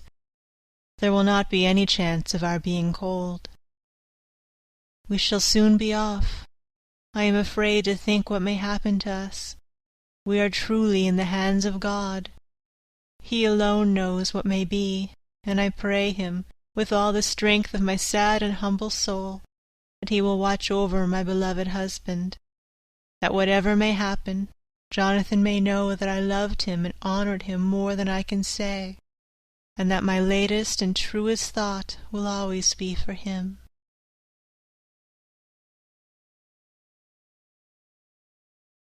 Chapter 27. Mina Harker's Journal, 1 November. All day long we have travelled, and at a good speed. The horses seem to know that they are being kindly treated, for they go willingly their full stage at best speed. We have now had so many changes and find the same things so constantly that we are encouraged to think that the journey will be an easy one. Dr. Van Helsing is laconic. He tells the farmers that he is hurrying to Bistritz, and pays them well to make the exchange of horses. We get hot soup or coffee or tea, and off we go. It is a lovely country, full of beauties of all imaginable kinds, and the people are brave and strong and simple, and seem full of nice qualities. They are very, very superstitious. In the first house where we stopped, when the woman who served us saw the scar on my forehead, she crossed herself and put out 2 fingers toward me to keep off the evil eye. I believe they went to the trouble of putting an extra amount of garlic into our food, and I can't abide garlic. Ever since then I have taken care not to take off my hat or veil, and so have escaped their suspicions. We are travelling fast, and as we have no driver with us to carry tales, we go ahead of scandal. But I dare say that fear of the evil eye will follow hard behind us all the way. The professor seems tireless. All day he would not take any rest, though he made me sleep for a long spell. At sunset time he hypnotized me, and he says I answered as usual. Darkness, lapping water, and creaking wood. So our enemy is still on the river. I am afraid to think of Jonathan. But somehow I have now no fear for him, or for myself. I write this whilst we wait in a farmhouse for the horses to be ready. Dr. Van Helsing is sleeping. Poor dear. He looks very tired and old and grey. But his mouth is set as firmly as a conqueror's. Even in his sleep he is intense with resolution. When we have started, I must make him rest whilst I drive. I shall tell him that we have days before us, and he must not break down when most of all his strength will be needed. All is ready. We are off shortly. 2 November, morning. I was successful, and we took turns driving all night. Now the day is on us, bright though cold. There is a strange heaviness in the air. I say heaviness for want of a better word. I mean that it oppresses us both. It is very cold, and only our warm furs keep us comfortable. At dawn, Van Helsing hypnotized me. He says I answered, darkness, creaking wood, and roaring water. So the river is changing as they ascend. I do hope that my darling will not run any chance of danger, more than need be. But we are in God's hands. 2 November, night. All day long driving.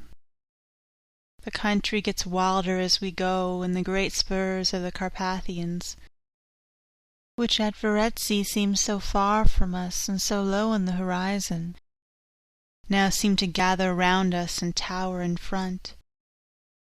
We both seem in good spirits. I think we make an effort to cheer the other. In the doing so, we cheer ourselves. Dr. Van Helsing says that by morning we shall reach the Borgo Pass. The houses are very few here now, and the professor says that the last horse we got will have to go on with us, as we may not be able to change. He got 2 in addition to the 2 we changed, so that now we have a rude 4 in hand. The dear horses are patient and good, and give us no trouble. We are not worried with other travellers, and so even I can drive. We shall get to the pass in daylight. We do not want to arrive before. So we take it easy and have each a long rest in turn. Oh, what will tomorrow bring us? We go to seek the place where my poor darling suffered so much.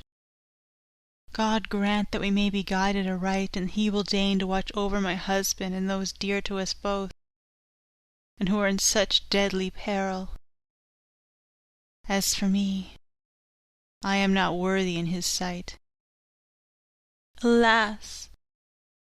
I am unclean to His eyes, and shall be until He may deign to let me stand forth in His sight, as one of those who have not incurred His wrath. Memorandum by Abraham Van Helsing. 4 November. This to my old and true friend John Seward, M.D., of Purefleet, London. In case I may not see him, it may explain.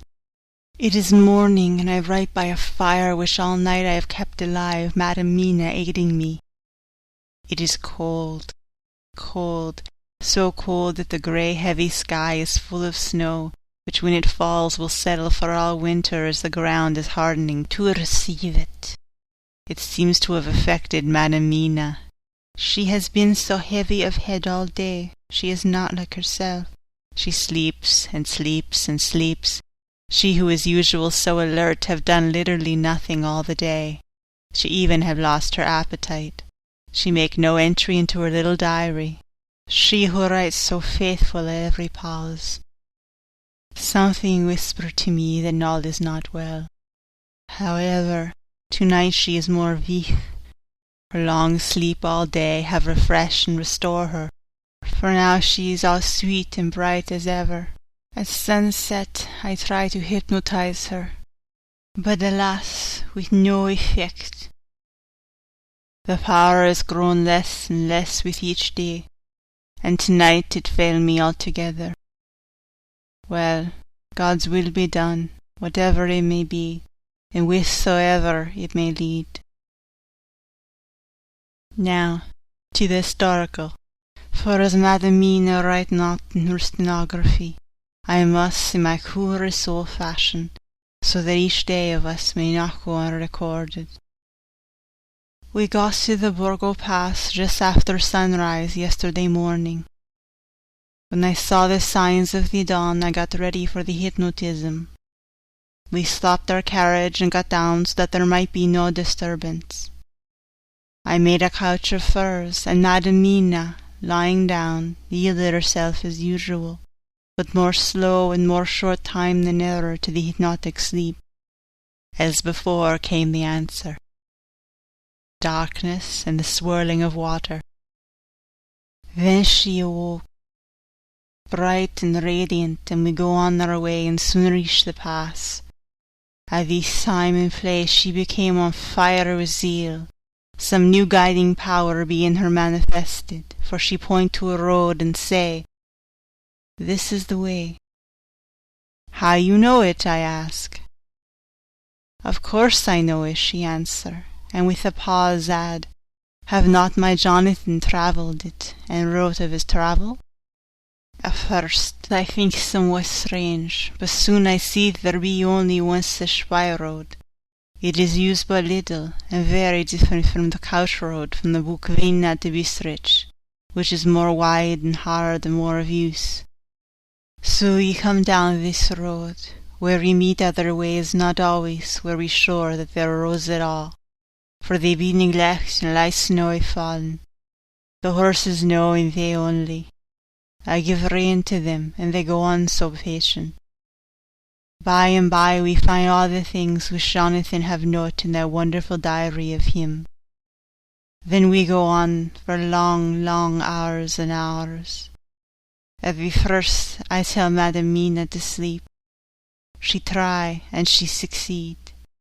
She sleep all the time, till at last I feel myself too suspicious grow, and attempt to wake her. But she sleep on, and I may not wake her, though I try. I do not wish to try too hard, lest I harm her, for I know that she suffer much, and sleep at times be all in all to her. I think I rouse myself, for all of a sudden I feel guilt, as though I have done something. I find myself bolt up, with the reins in my hand, and the good horses go along, jog, jog, just as ever. I look down, and find Madam Mina still asleep.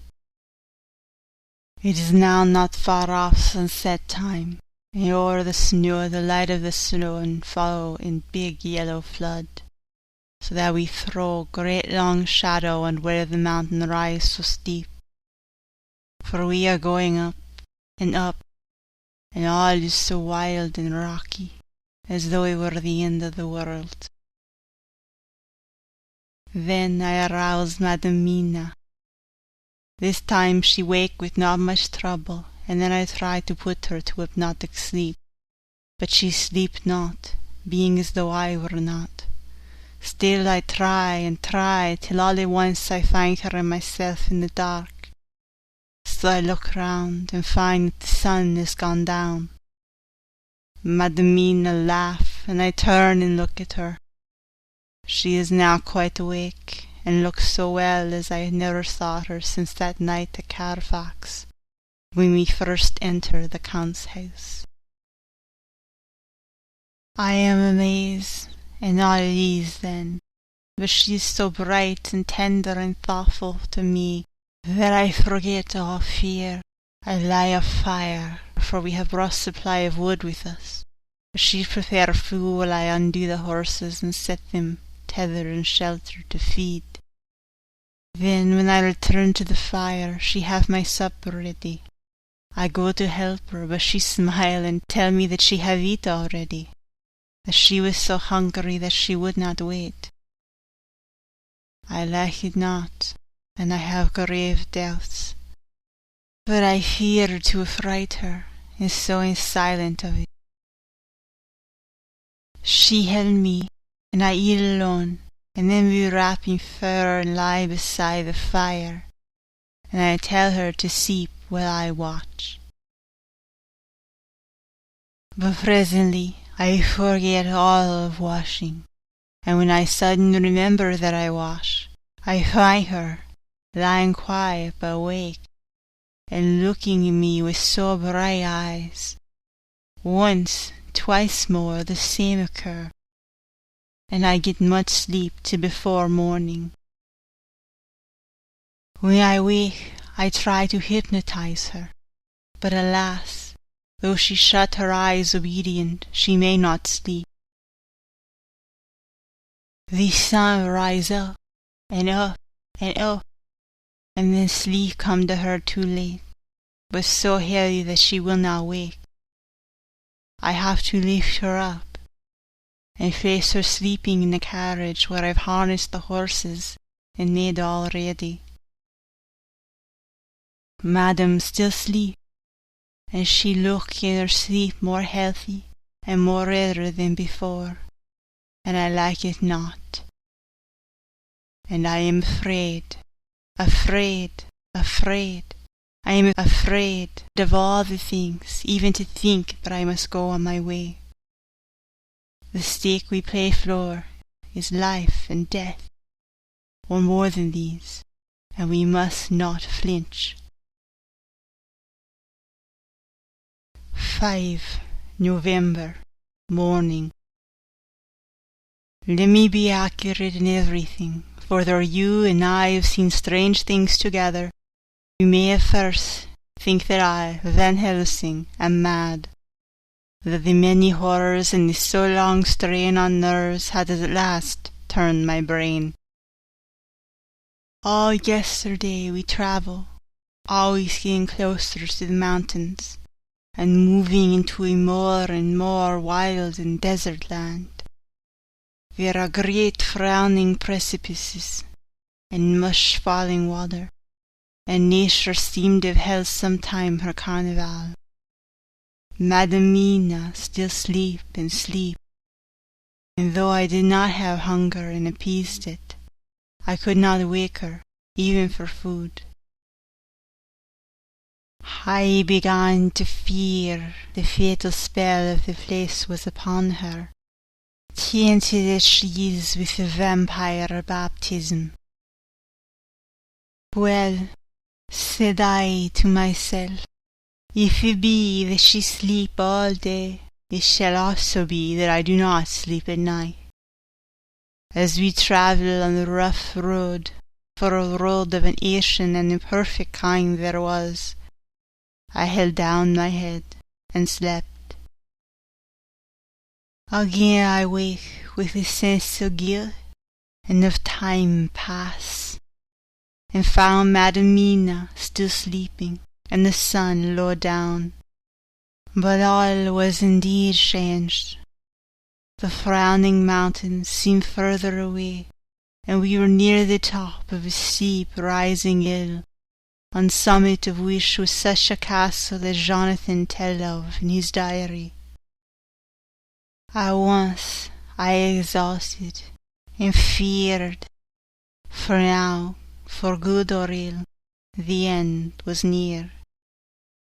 I woke Madam Mina and again tried to hypnotize her, but alas, unavailing till too late.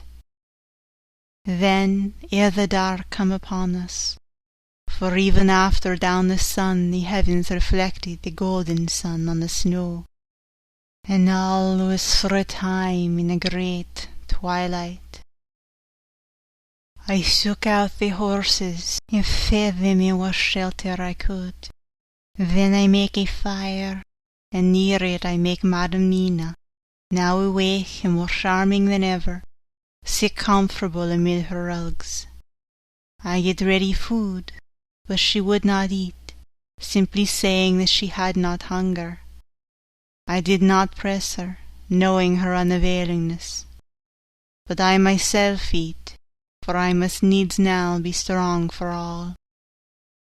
Then, with the fear on me of what might be, I drew a ring so big for her comfort, round where Madam Mina sat.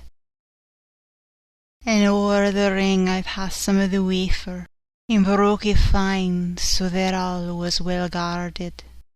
She sat still all the time, so still as one dead.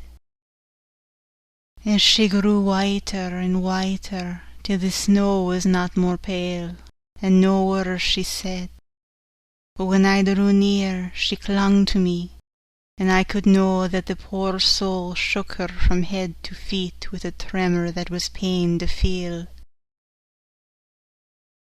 I said to her presently, when she had grown more quiet, "Will you not come over to the fire?" For I wished to make a test of what she could. She rose obedient, but when she made a step she stopped, and stood as one stricken. "Why not go on?" I asked. She shook her head, and coming back sat down in her place. Then, looking at me with open eyes, as of one waked from sleep, "I cannot," and remained silent. I rejoiced, for I knew that what she could not, none of those that we dreaded could. Though there might be danger to her body, yet her soul was safe. Presently the horses began to scream, and tore at their tethers till I came to them and quieted them. When they did feel my hands on them, they whinnied low as in joy, and licked at my hands and were quiet for a time. Many times through the night I come to them, till it arrive at the cold hour when all nature is at its lowest, and every time my coming was of quiet to them. In the cold hour the fire began to die, and I was about stepping forth to replenish it, for now the snow came in flying sweeps, and with it a chill mist. Even in the dark there was light of some kind, as there ever is over snow, and it seemed as though the snow flurries and the wreaths of mist took shape as of women with trailing garments. All was in dead grim silence, only that the horses whinnied and cowered as if in terror of the worst. I began to fear, horrible fears, but then came to me the sense of safety in the ring wherein I stood. I began, too, to think that my imaginings were of the night and the gloom and the unrest that I had gone through, and all the terrible anxiety. It was as though my memories of all of Jonathan's horrid experience were befooling me. For the snowflakes and the mists began to wheel and circle round, till I could get as though a shadowy glimpse of those women that would have kissed him. And then the horses cowered lower and moaned in terror as men do in pain. Even the madness of fright was not to them, so they could not break away. I feared for my dear Madam Mina when these weird figures drew near and circled round. I looked at her, but she sat calm and smiled at me. When I would have stepped to the fire to replenish it, she caught me and held me back, and whispered, like a voice that one hears in a dream, so low it was, "No, No, do not go without. Here you are safe. I turned to her, and looking in her eyes said, But you, it is for you that I fear. Whereat she laughed, a laugh low and unreal, and said, Fear for me, why fear for me? None safer in all the world from them than I am. And as I wondered at the meaning of her words, a puff of wind made the flame leap up, and I see the red scar on her forehead. Then, alas, I knew. Did I not, I would soon have learned, for the wheeling figures of mist and snow came closer, but keeping ever without the holy circle. They began to materialize till, if God had not taken away my reason, for I saw it through my eyes, there were before me in actual flesh the same 3 women that Jonathan saw in the room. When they would have kissed his throat, I knew the swaying round forms, the bright hard eyes, the white teeth, the ruddy colour, the voluptuous lips. They smiled ever at poor dear Madam Mina, and as their laugh came through the silence of the night, they twined their arms and pointed to her, and said in those so sweet tingling tones that Jonathan said were of the intolerable sweetness of the water-glasses, Come, sister, come to us, come. In fear I turned to my poor Madam Mina, and my heart with gladness leapt like flame, for oh, the terror in her sweet eyes, the repulsion, the horror, told a story to my heart that was all of hope. God be thanked that she was not yet of them. I seized some of the firewood which was by me, and holding out some of the wafer, advanced on them towards the fire. They drew back before me and laughed their low, horrid laugh. I fed the fire and feared them not, for I knew that we were safe within the ring, which she could not leave no more than they could enter. The horses had ceased to moan and lay still on the ground. The snow fell on them softly, and they grew whiter. I knew that there was for the poor beasts no more of terror. And so it remained, till the red of the dawn began to fall through the snow gloom. I was desolate and afraid, and full of woe and terror. But when that beautiful sun began to climb the horizon, life was to me again. At the first coming of the dawn, the horrid figures melted in the whirling mist and snow. The wreaths of transparent gloom moved away towards the castle, and were lost. Instinctively, with the dawn coming, I turned to Madam Mina, intending to hypnotize her, but she lay in a deep and sudden sleep from which I could not wake her. I tried to hypnotize her through sleep, but she made no response, none at all, and the day broke. I fear yet to stir. I have made my fire, and have seen the horses. They are all dead. Today I have much to do here, and I keep waiting till the sun is up high, for there may be places where I must go, where there's sunlight, though snow and mists obscure it, will be to me a safety. I will strengthen me with breakfast, and then I will do my terrible work.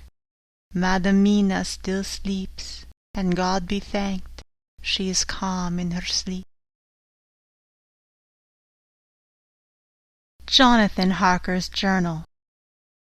4 November. Evening. The accident to the launch has been a terrible thing for us. Only for it we should have overtaken the boat long ago, and by now my dear Mina would have been free. I fear to think of her, off on the wolds, near that horrid place. We have got horses, and we follow on the track. I note this while Godalming is getting ready. We have our arms. The Sisgani must look out if they mean to fight. Oh, if only Morris and Seward were with us. We must only hope. If I write no more, goodbye, Mina. God bless and keep you. Dr. Seward's Diary. 5 November. With the dawn, we saw the body of Sisgani before us dashing away from the river with their leader wagon. They surrounded it in a cluster and hurried along as though beset. The snow is falling lightly and there is strange excitement in the air. It may be our own feelings, but the depression is strange. Far off I hear the howling of wolves. The snow brings them down from the mountains, and there are dangers to all of us, and from all sides. The horses are nearly ready, and we are soon off. We ride to death of someone. God alone knows who, or where, or what, or when, or how it may be. Dr. Van Helsing's Memorandum. 5 November, afternoon. I am at least sane. Thank God for that mercy at all events, though the proving it has been dreadful.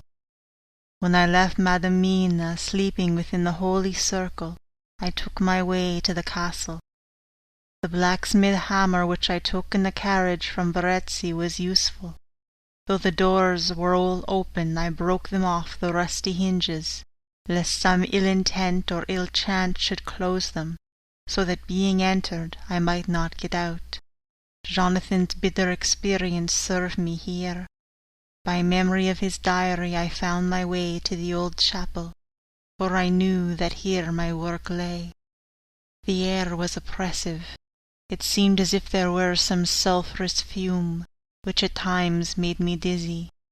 Either there was a roaring in my ears, or I heard afar off the howl of wolves. Then I bethought me of my dear Madam Mina, and I was in terrible plight. The dilemma had me between his horns. Her I had dare not taken to this place, but left safe from the vampire in that holy circle. And yet even there would be the wolf. I resolved me that my work lay here, and that as to the wolves we must submit if it were God's will. At any rate it was only death and freedom beyond, so I did choose for her. Had it but been for myself, the choice had been easy. The maw of the wolf were better to rest in than the grave of the vampire, so I made my choice to go on with my work. I knew that there were at least 3 graves to find, graves that are in habit. So I searched, and I find one of them. She lay in her vampire sleep, so full of life and voluptuous beauty that I shudder as though I have come to do murder. Ah, I doubt not that in the old time, when such things were, many a man who set forth to do such a task as mine found at the last his heart fail him, and then his nerve.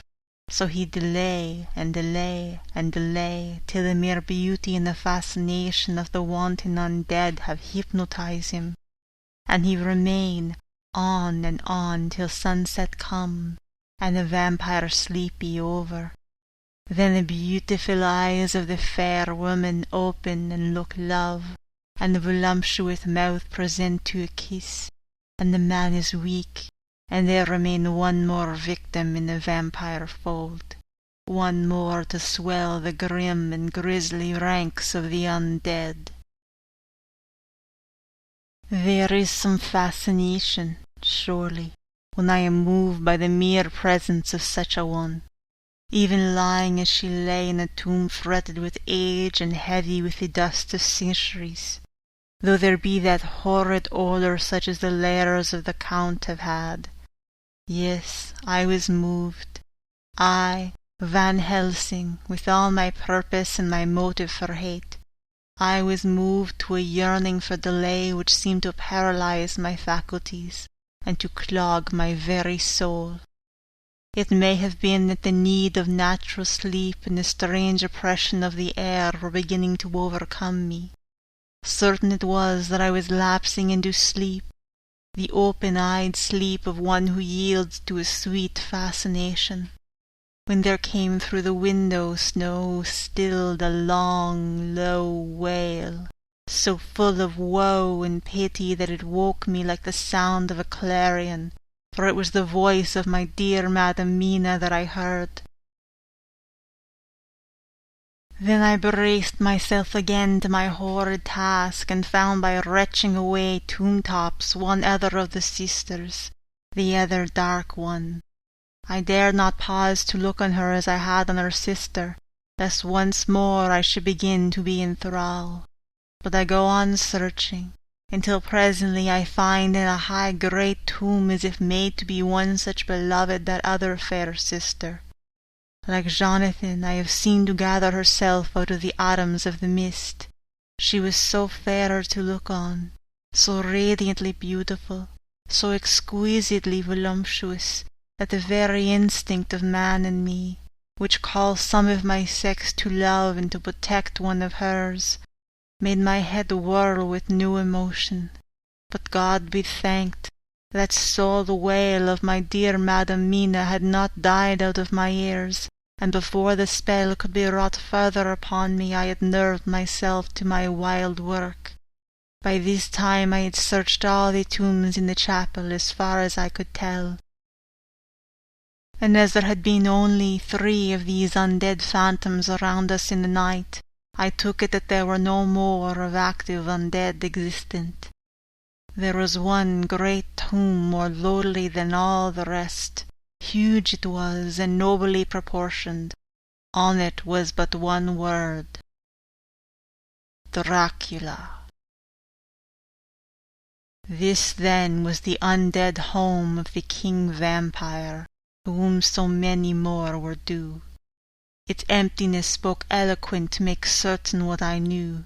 Before I began to restore these women to their dead selves through my awful work, I laid in Dracula's tomb some of the wafer, and so banished him from it, undead forever.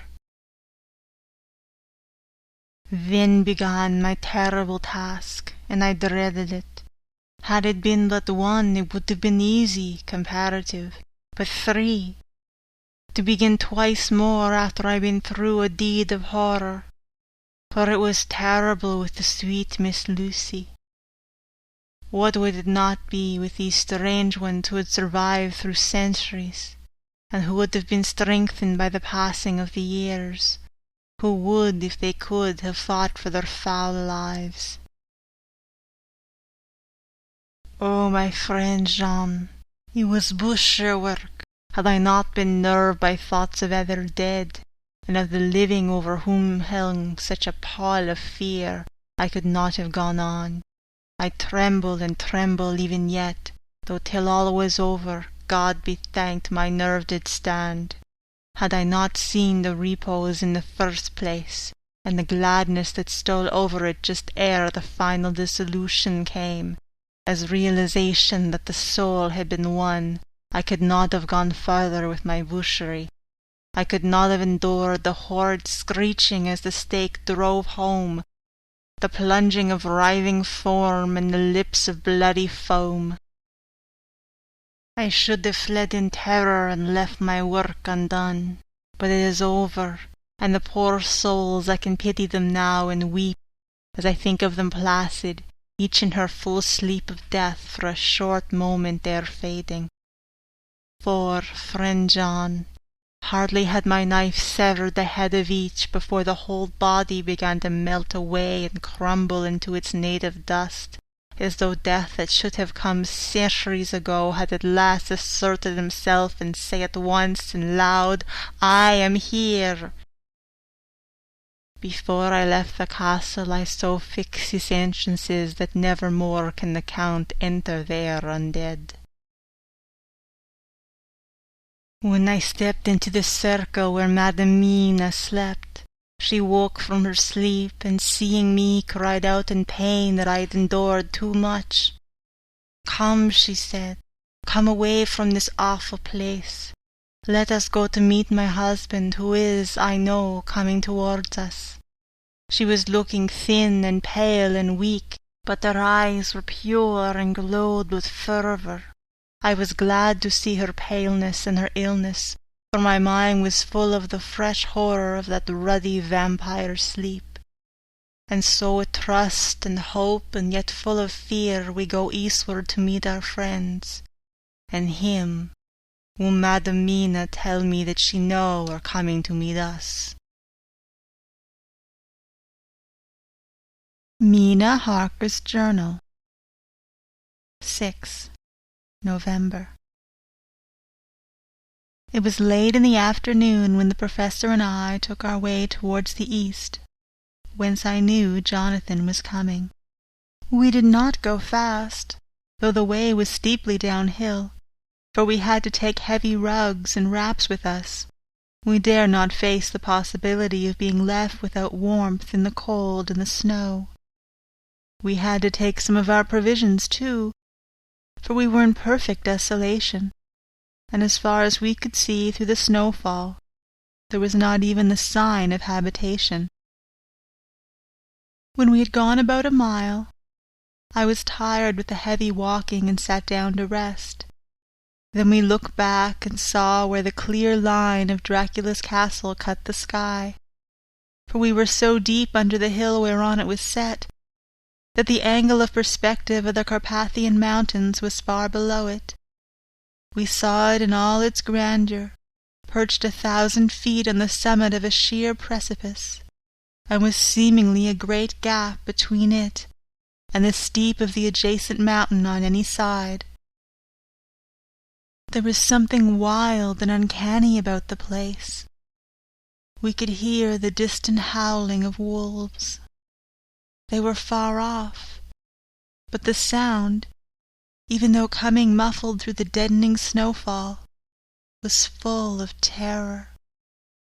I knew from the way Dr. Van Helsing was searching about that he was trying to seek some strategic point where we'd be less exposed in case of attack.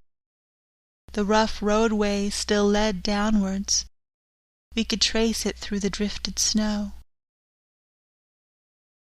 In a little while, the Professor signalled to me, so I got up and joined him.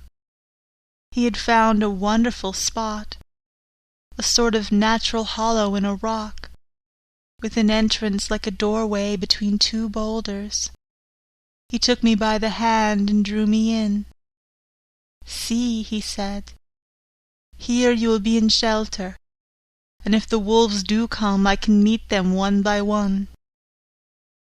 He brought in our furs, and made a snug nest for me, and got out some provisions and forced them upon me. But I could not eat. To even try to do so was repulsive to me, and much as I would have liked to please him, I could not bring myself to the attempt. He looked very sad, but did not reproach me. Taking his field glasses from the case, he stood on top of the rock and began to search the horizon. Suddenly, he called out, "Look! Madam Mina, look, look!"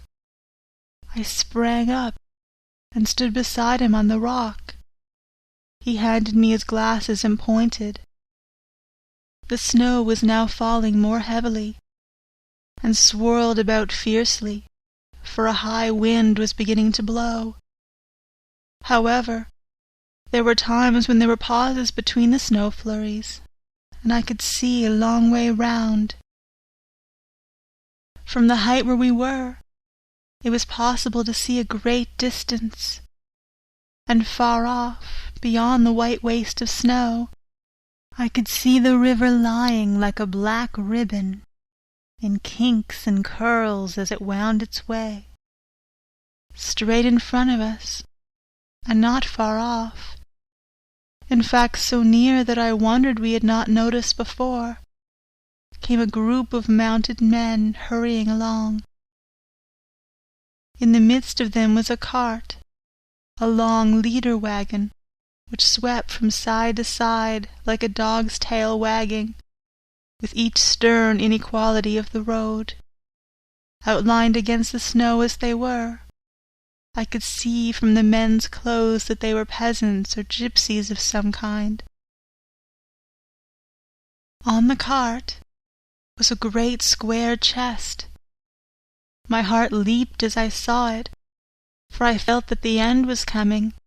The evening was now drawing close, and well I knew that at sunset the thing, which was till then imprisoned there, would take new freedom, and could in any of many forms elude pursuit. In fear, I turned to the professor.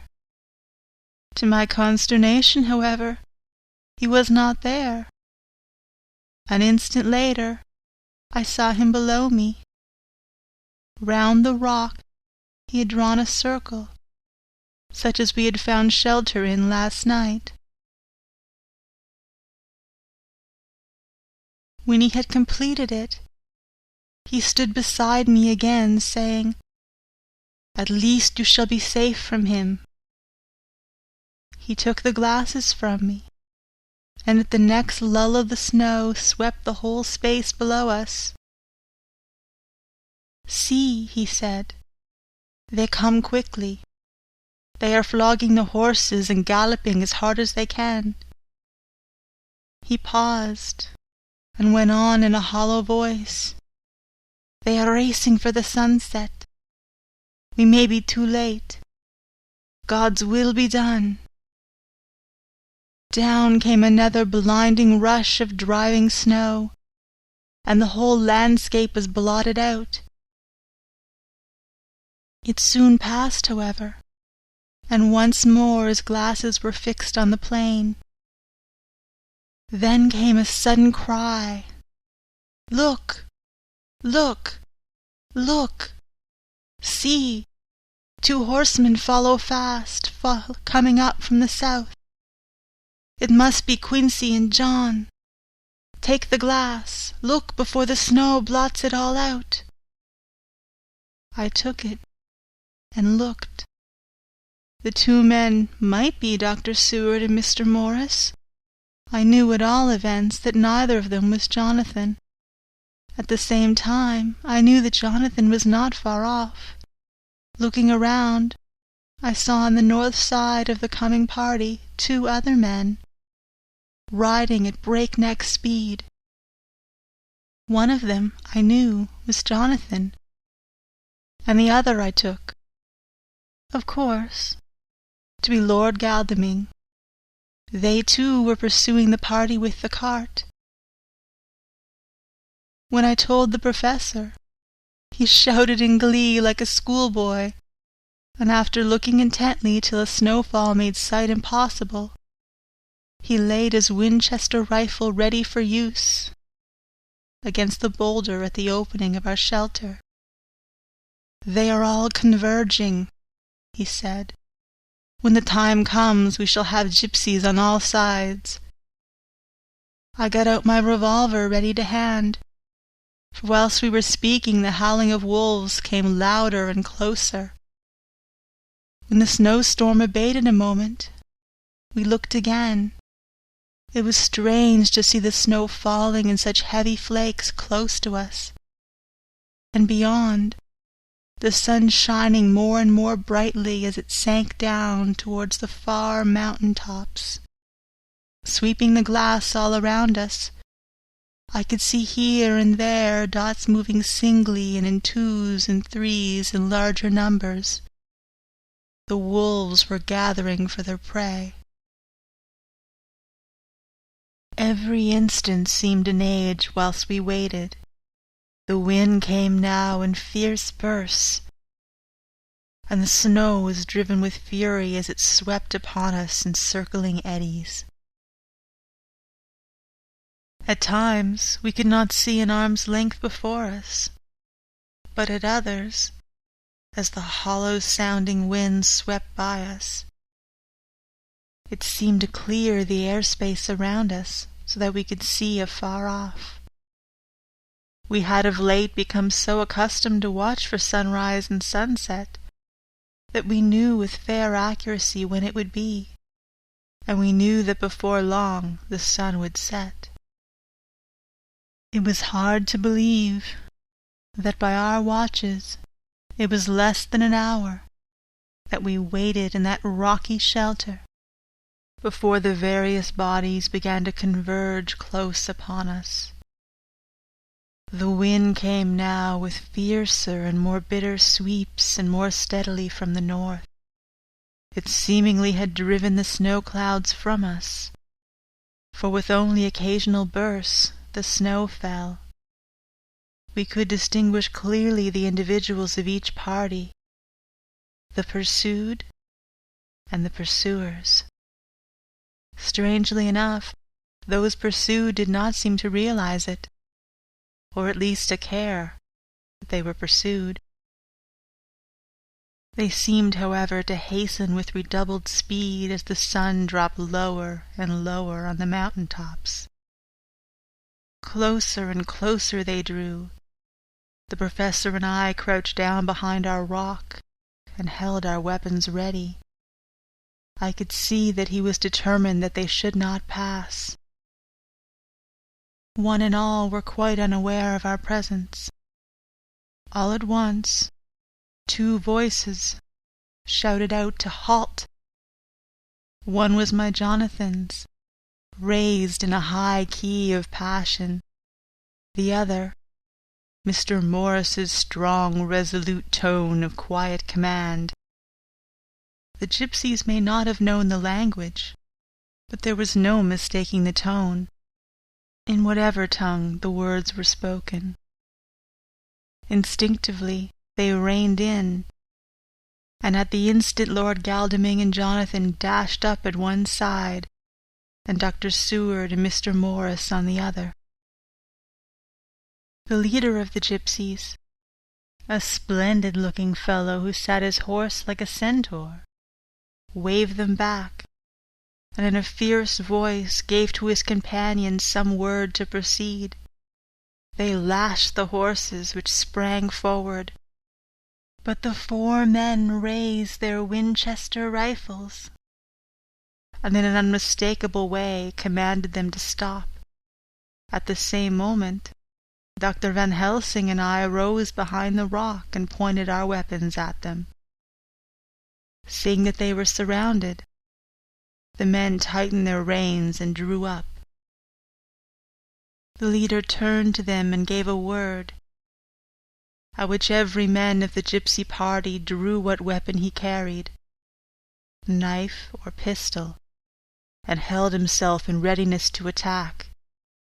Issue was joined in an instant.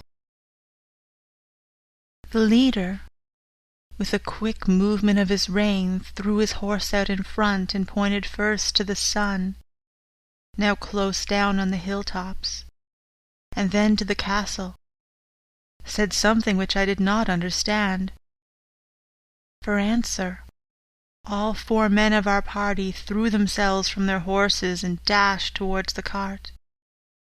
I should have felt terrible fear at seeing Jonathan in such danger, but that the ardor of battle must have been upon me as well as the rest of them. I felt no fear, but only a wild, surging desire to do something. Seeing the quick movement of our parties, the leader of the gypsies gave a command. His men instantly formed round the cart in a sort of undisciplined endeavor, each one shouldering and pushing the other in his eagerness to carry out the order. In the midst of this, I could see that Jonathan on one side of the ring of men, and Quincy on the other, were forcing a way to the cart. It was evident that they were bent on finishing their task before the sun should set. Nothing seemed to stop or even to hinder them. Neither the levelled weapons, nor the flashing knives of the gypsies in front, nor the howling of the wolves behind, appeared to even attract their attention. Jonathan's impetuosity, and the manifest signalness of his purpose, seemed to overawe those in front of him. Instinctively, they cowered aside and let him pass. In an instant, he had jumped upon the cart, and with a strength which seemed incredible, raised the great box and flung it over the wheel to the ground. In the meantime, Mr. Morris had had to use force to pass through his side of the ring of Sitzgani. All the time, I had been breathlessly watching Jonathan. I had, with the tail of my eye, seen him pressing desperately forward, and had seen the knives of the gypsies flash as he won a way through them, and they cut at him. He had parried with his great bowie knife, and at first I thought that he too had come through in safety. But as he sprang beside Jonathan, who had by now jumped from the cart, I could see that his left hand he was clutching at his side, and that the blood was spurting through his fingers. He did not delay, notwithstanding this, for as Jonathan, with desperate energy, attacked one end of the chest, attempting to prise off the lid with his great kukri knife, he attacked the other frantically with his bowie. Under the efforts of both men, the lid began to yield. The nails drew with a screeching sound, and the top of the box was thrown back.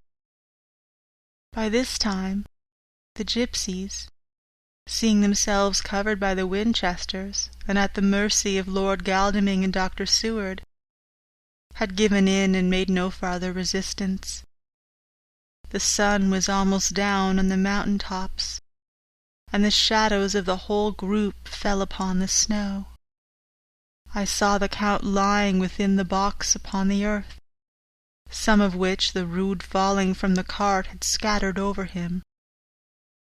He was deathly pale, just like a waxen image, and the red eyes glared with the horrible vindictive look which I knew so well. As I looked, the eyes saw the sinking sun, and the look of hate in them turned to triumph. But, on the instant, came the sweep and flash of Jonathan's great knife. I shrieked as I saw it shear through the throat, whilst at the same moment Mr. Morris's bowie knife plunged into the heart.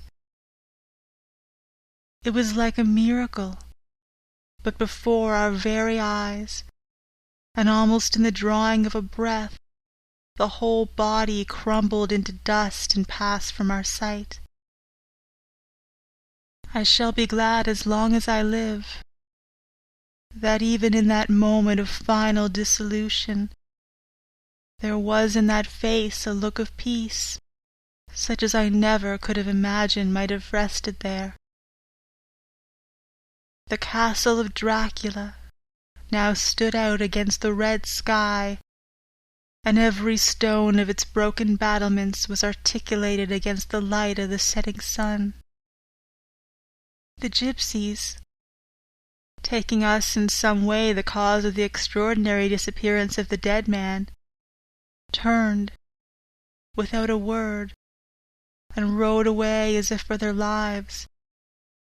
Those who were unmounted jumped upon the leader wagon, and shouted to the horsemen not to desert them.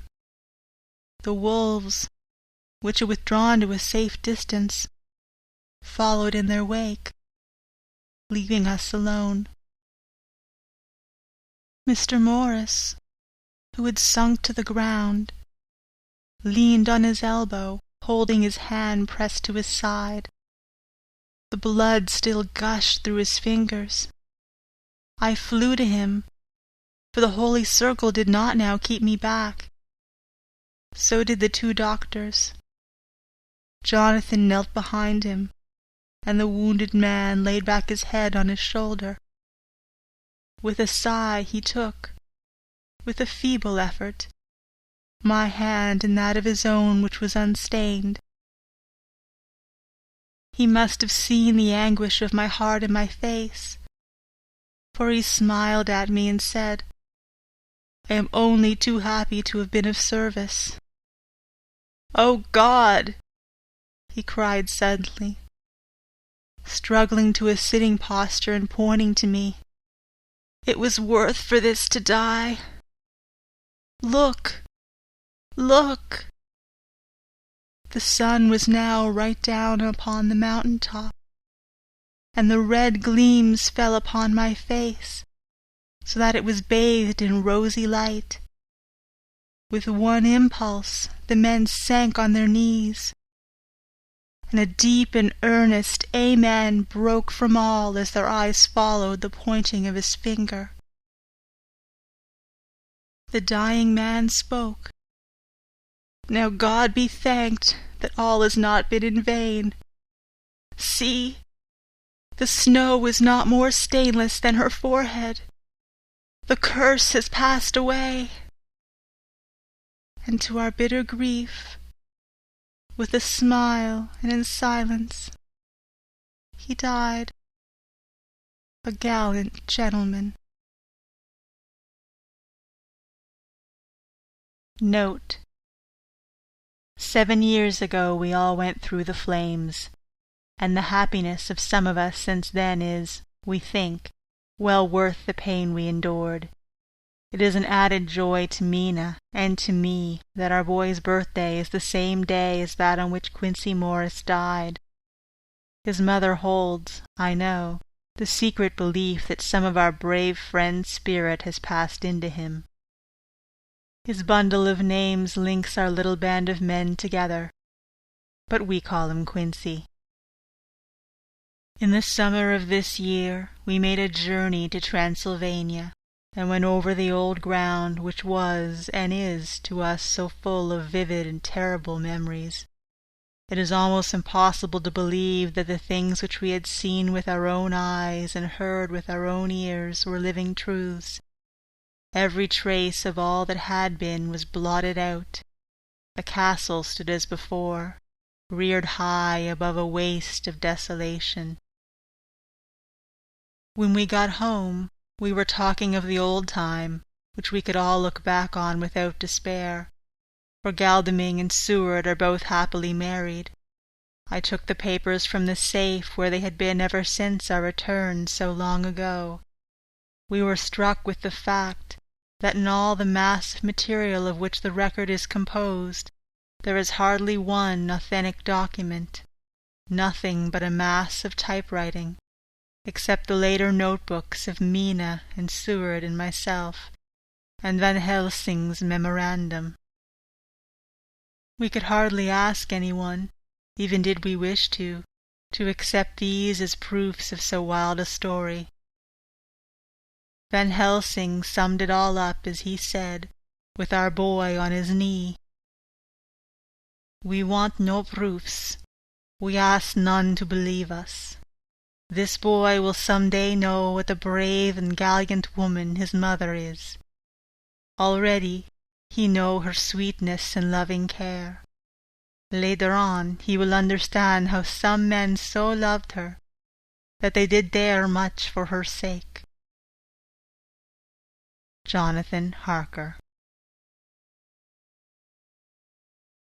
End of chapter 27. End of Dracula.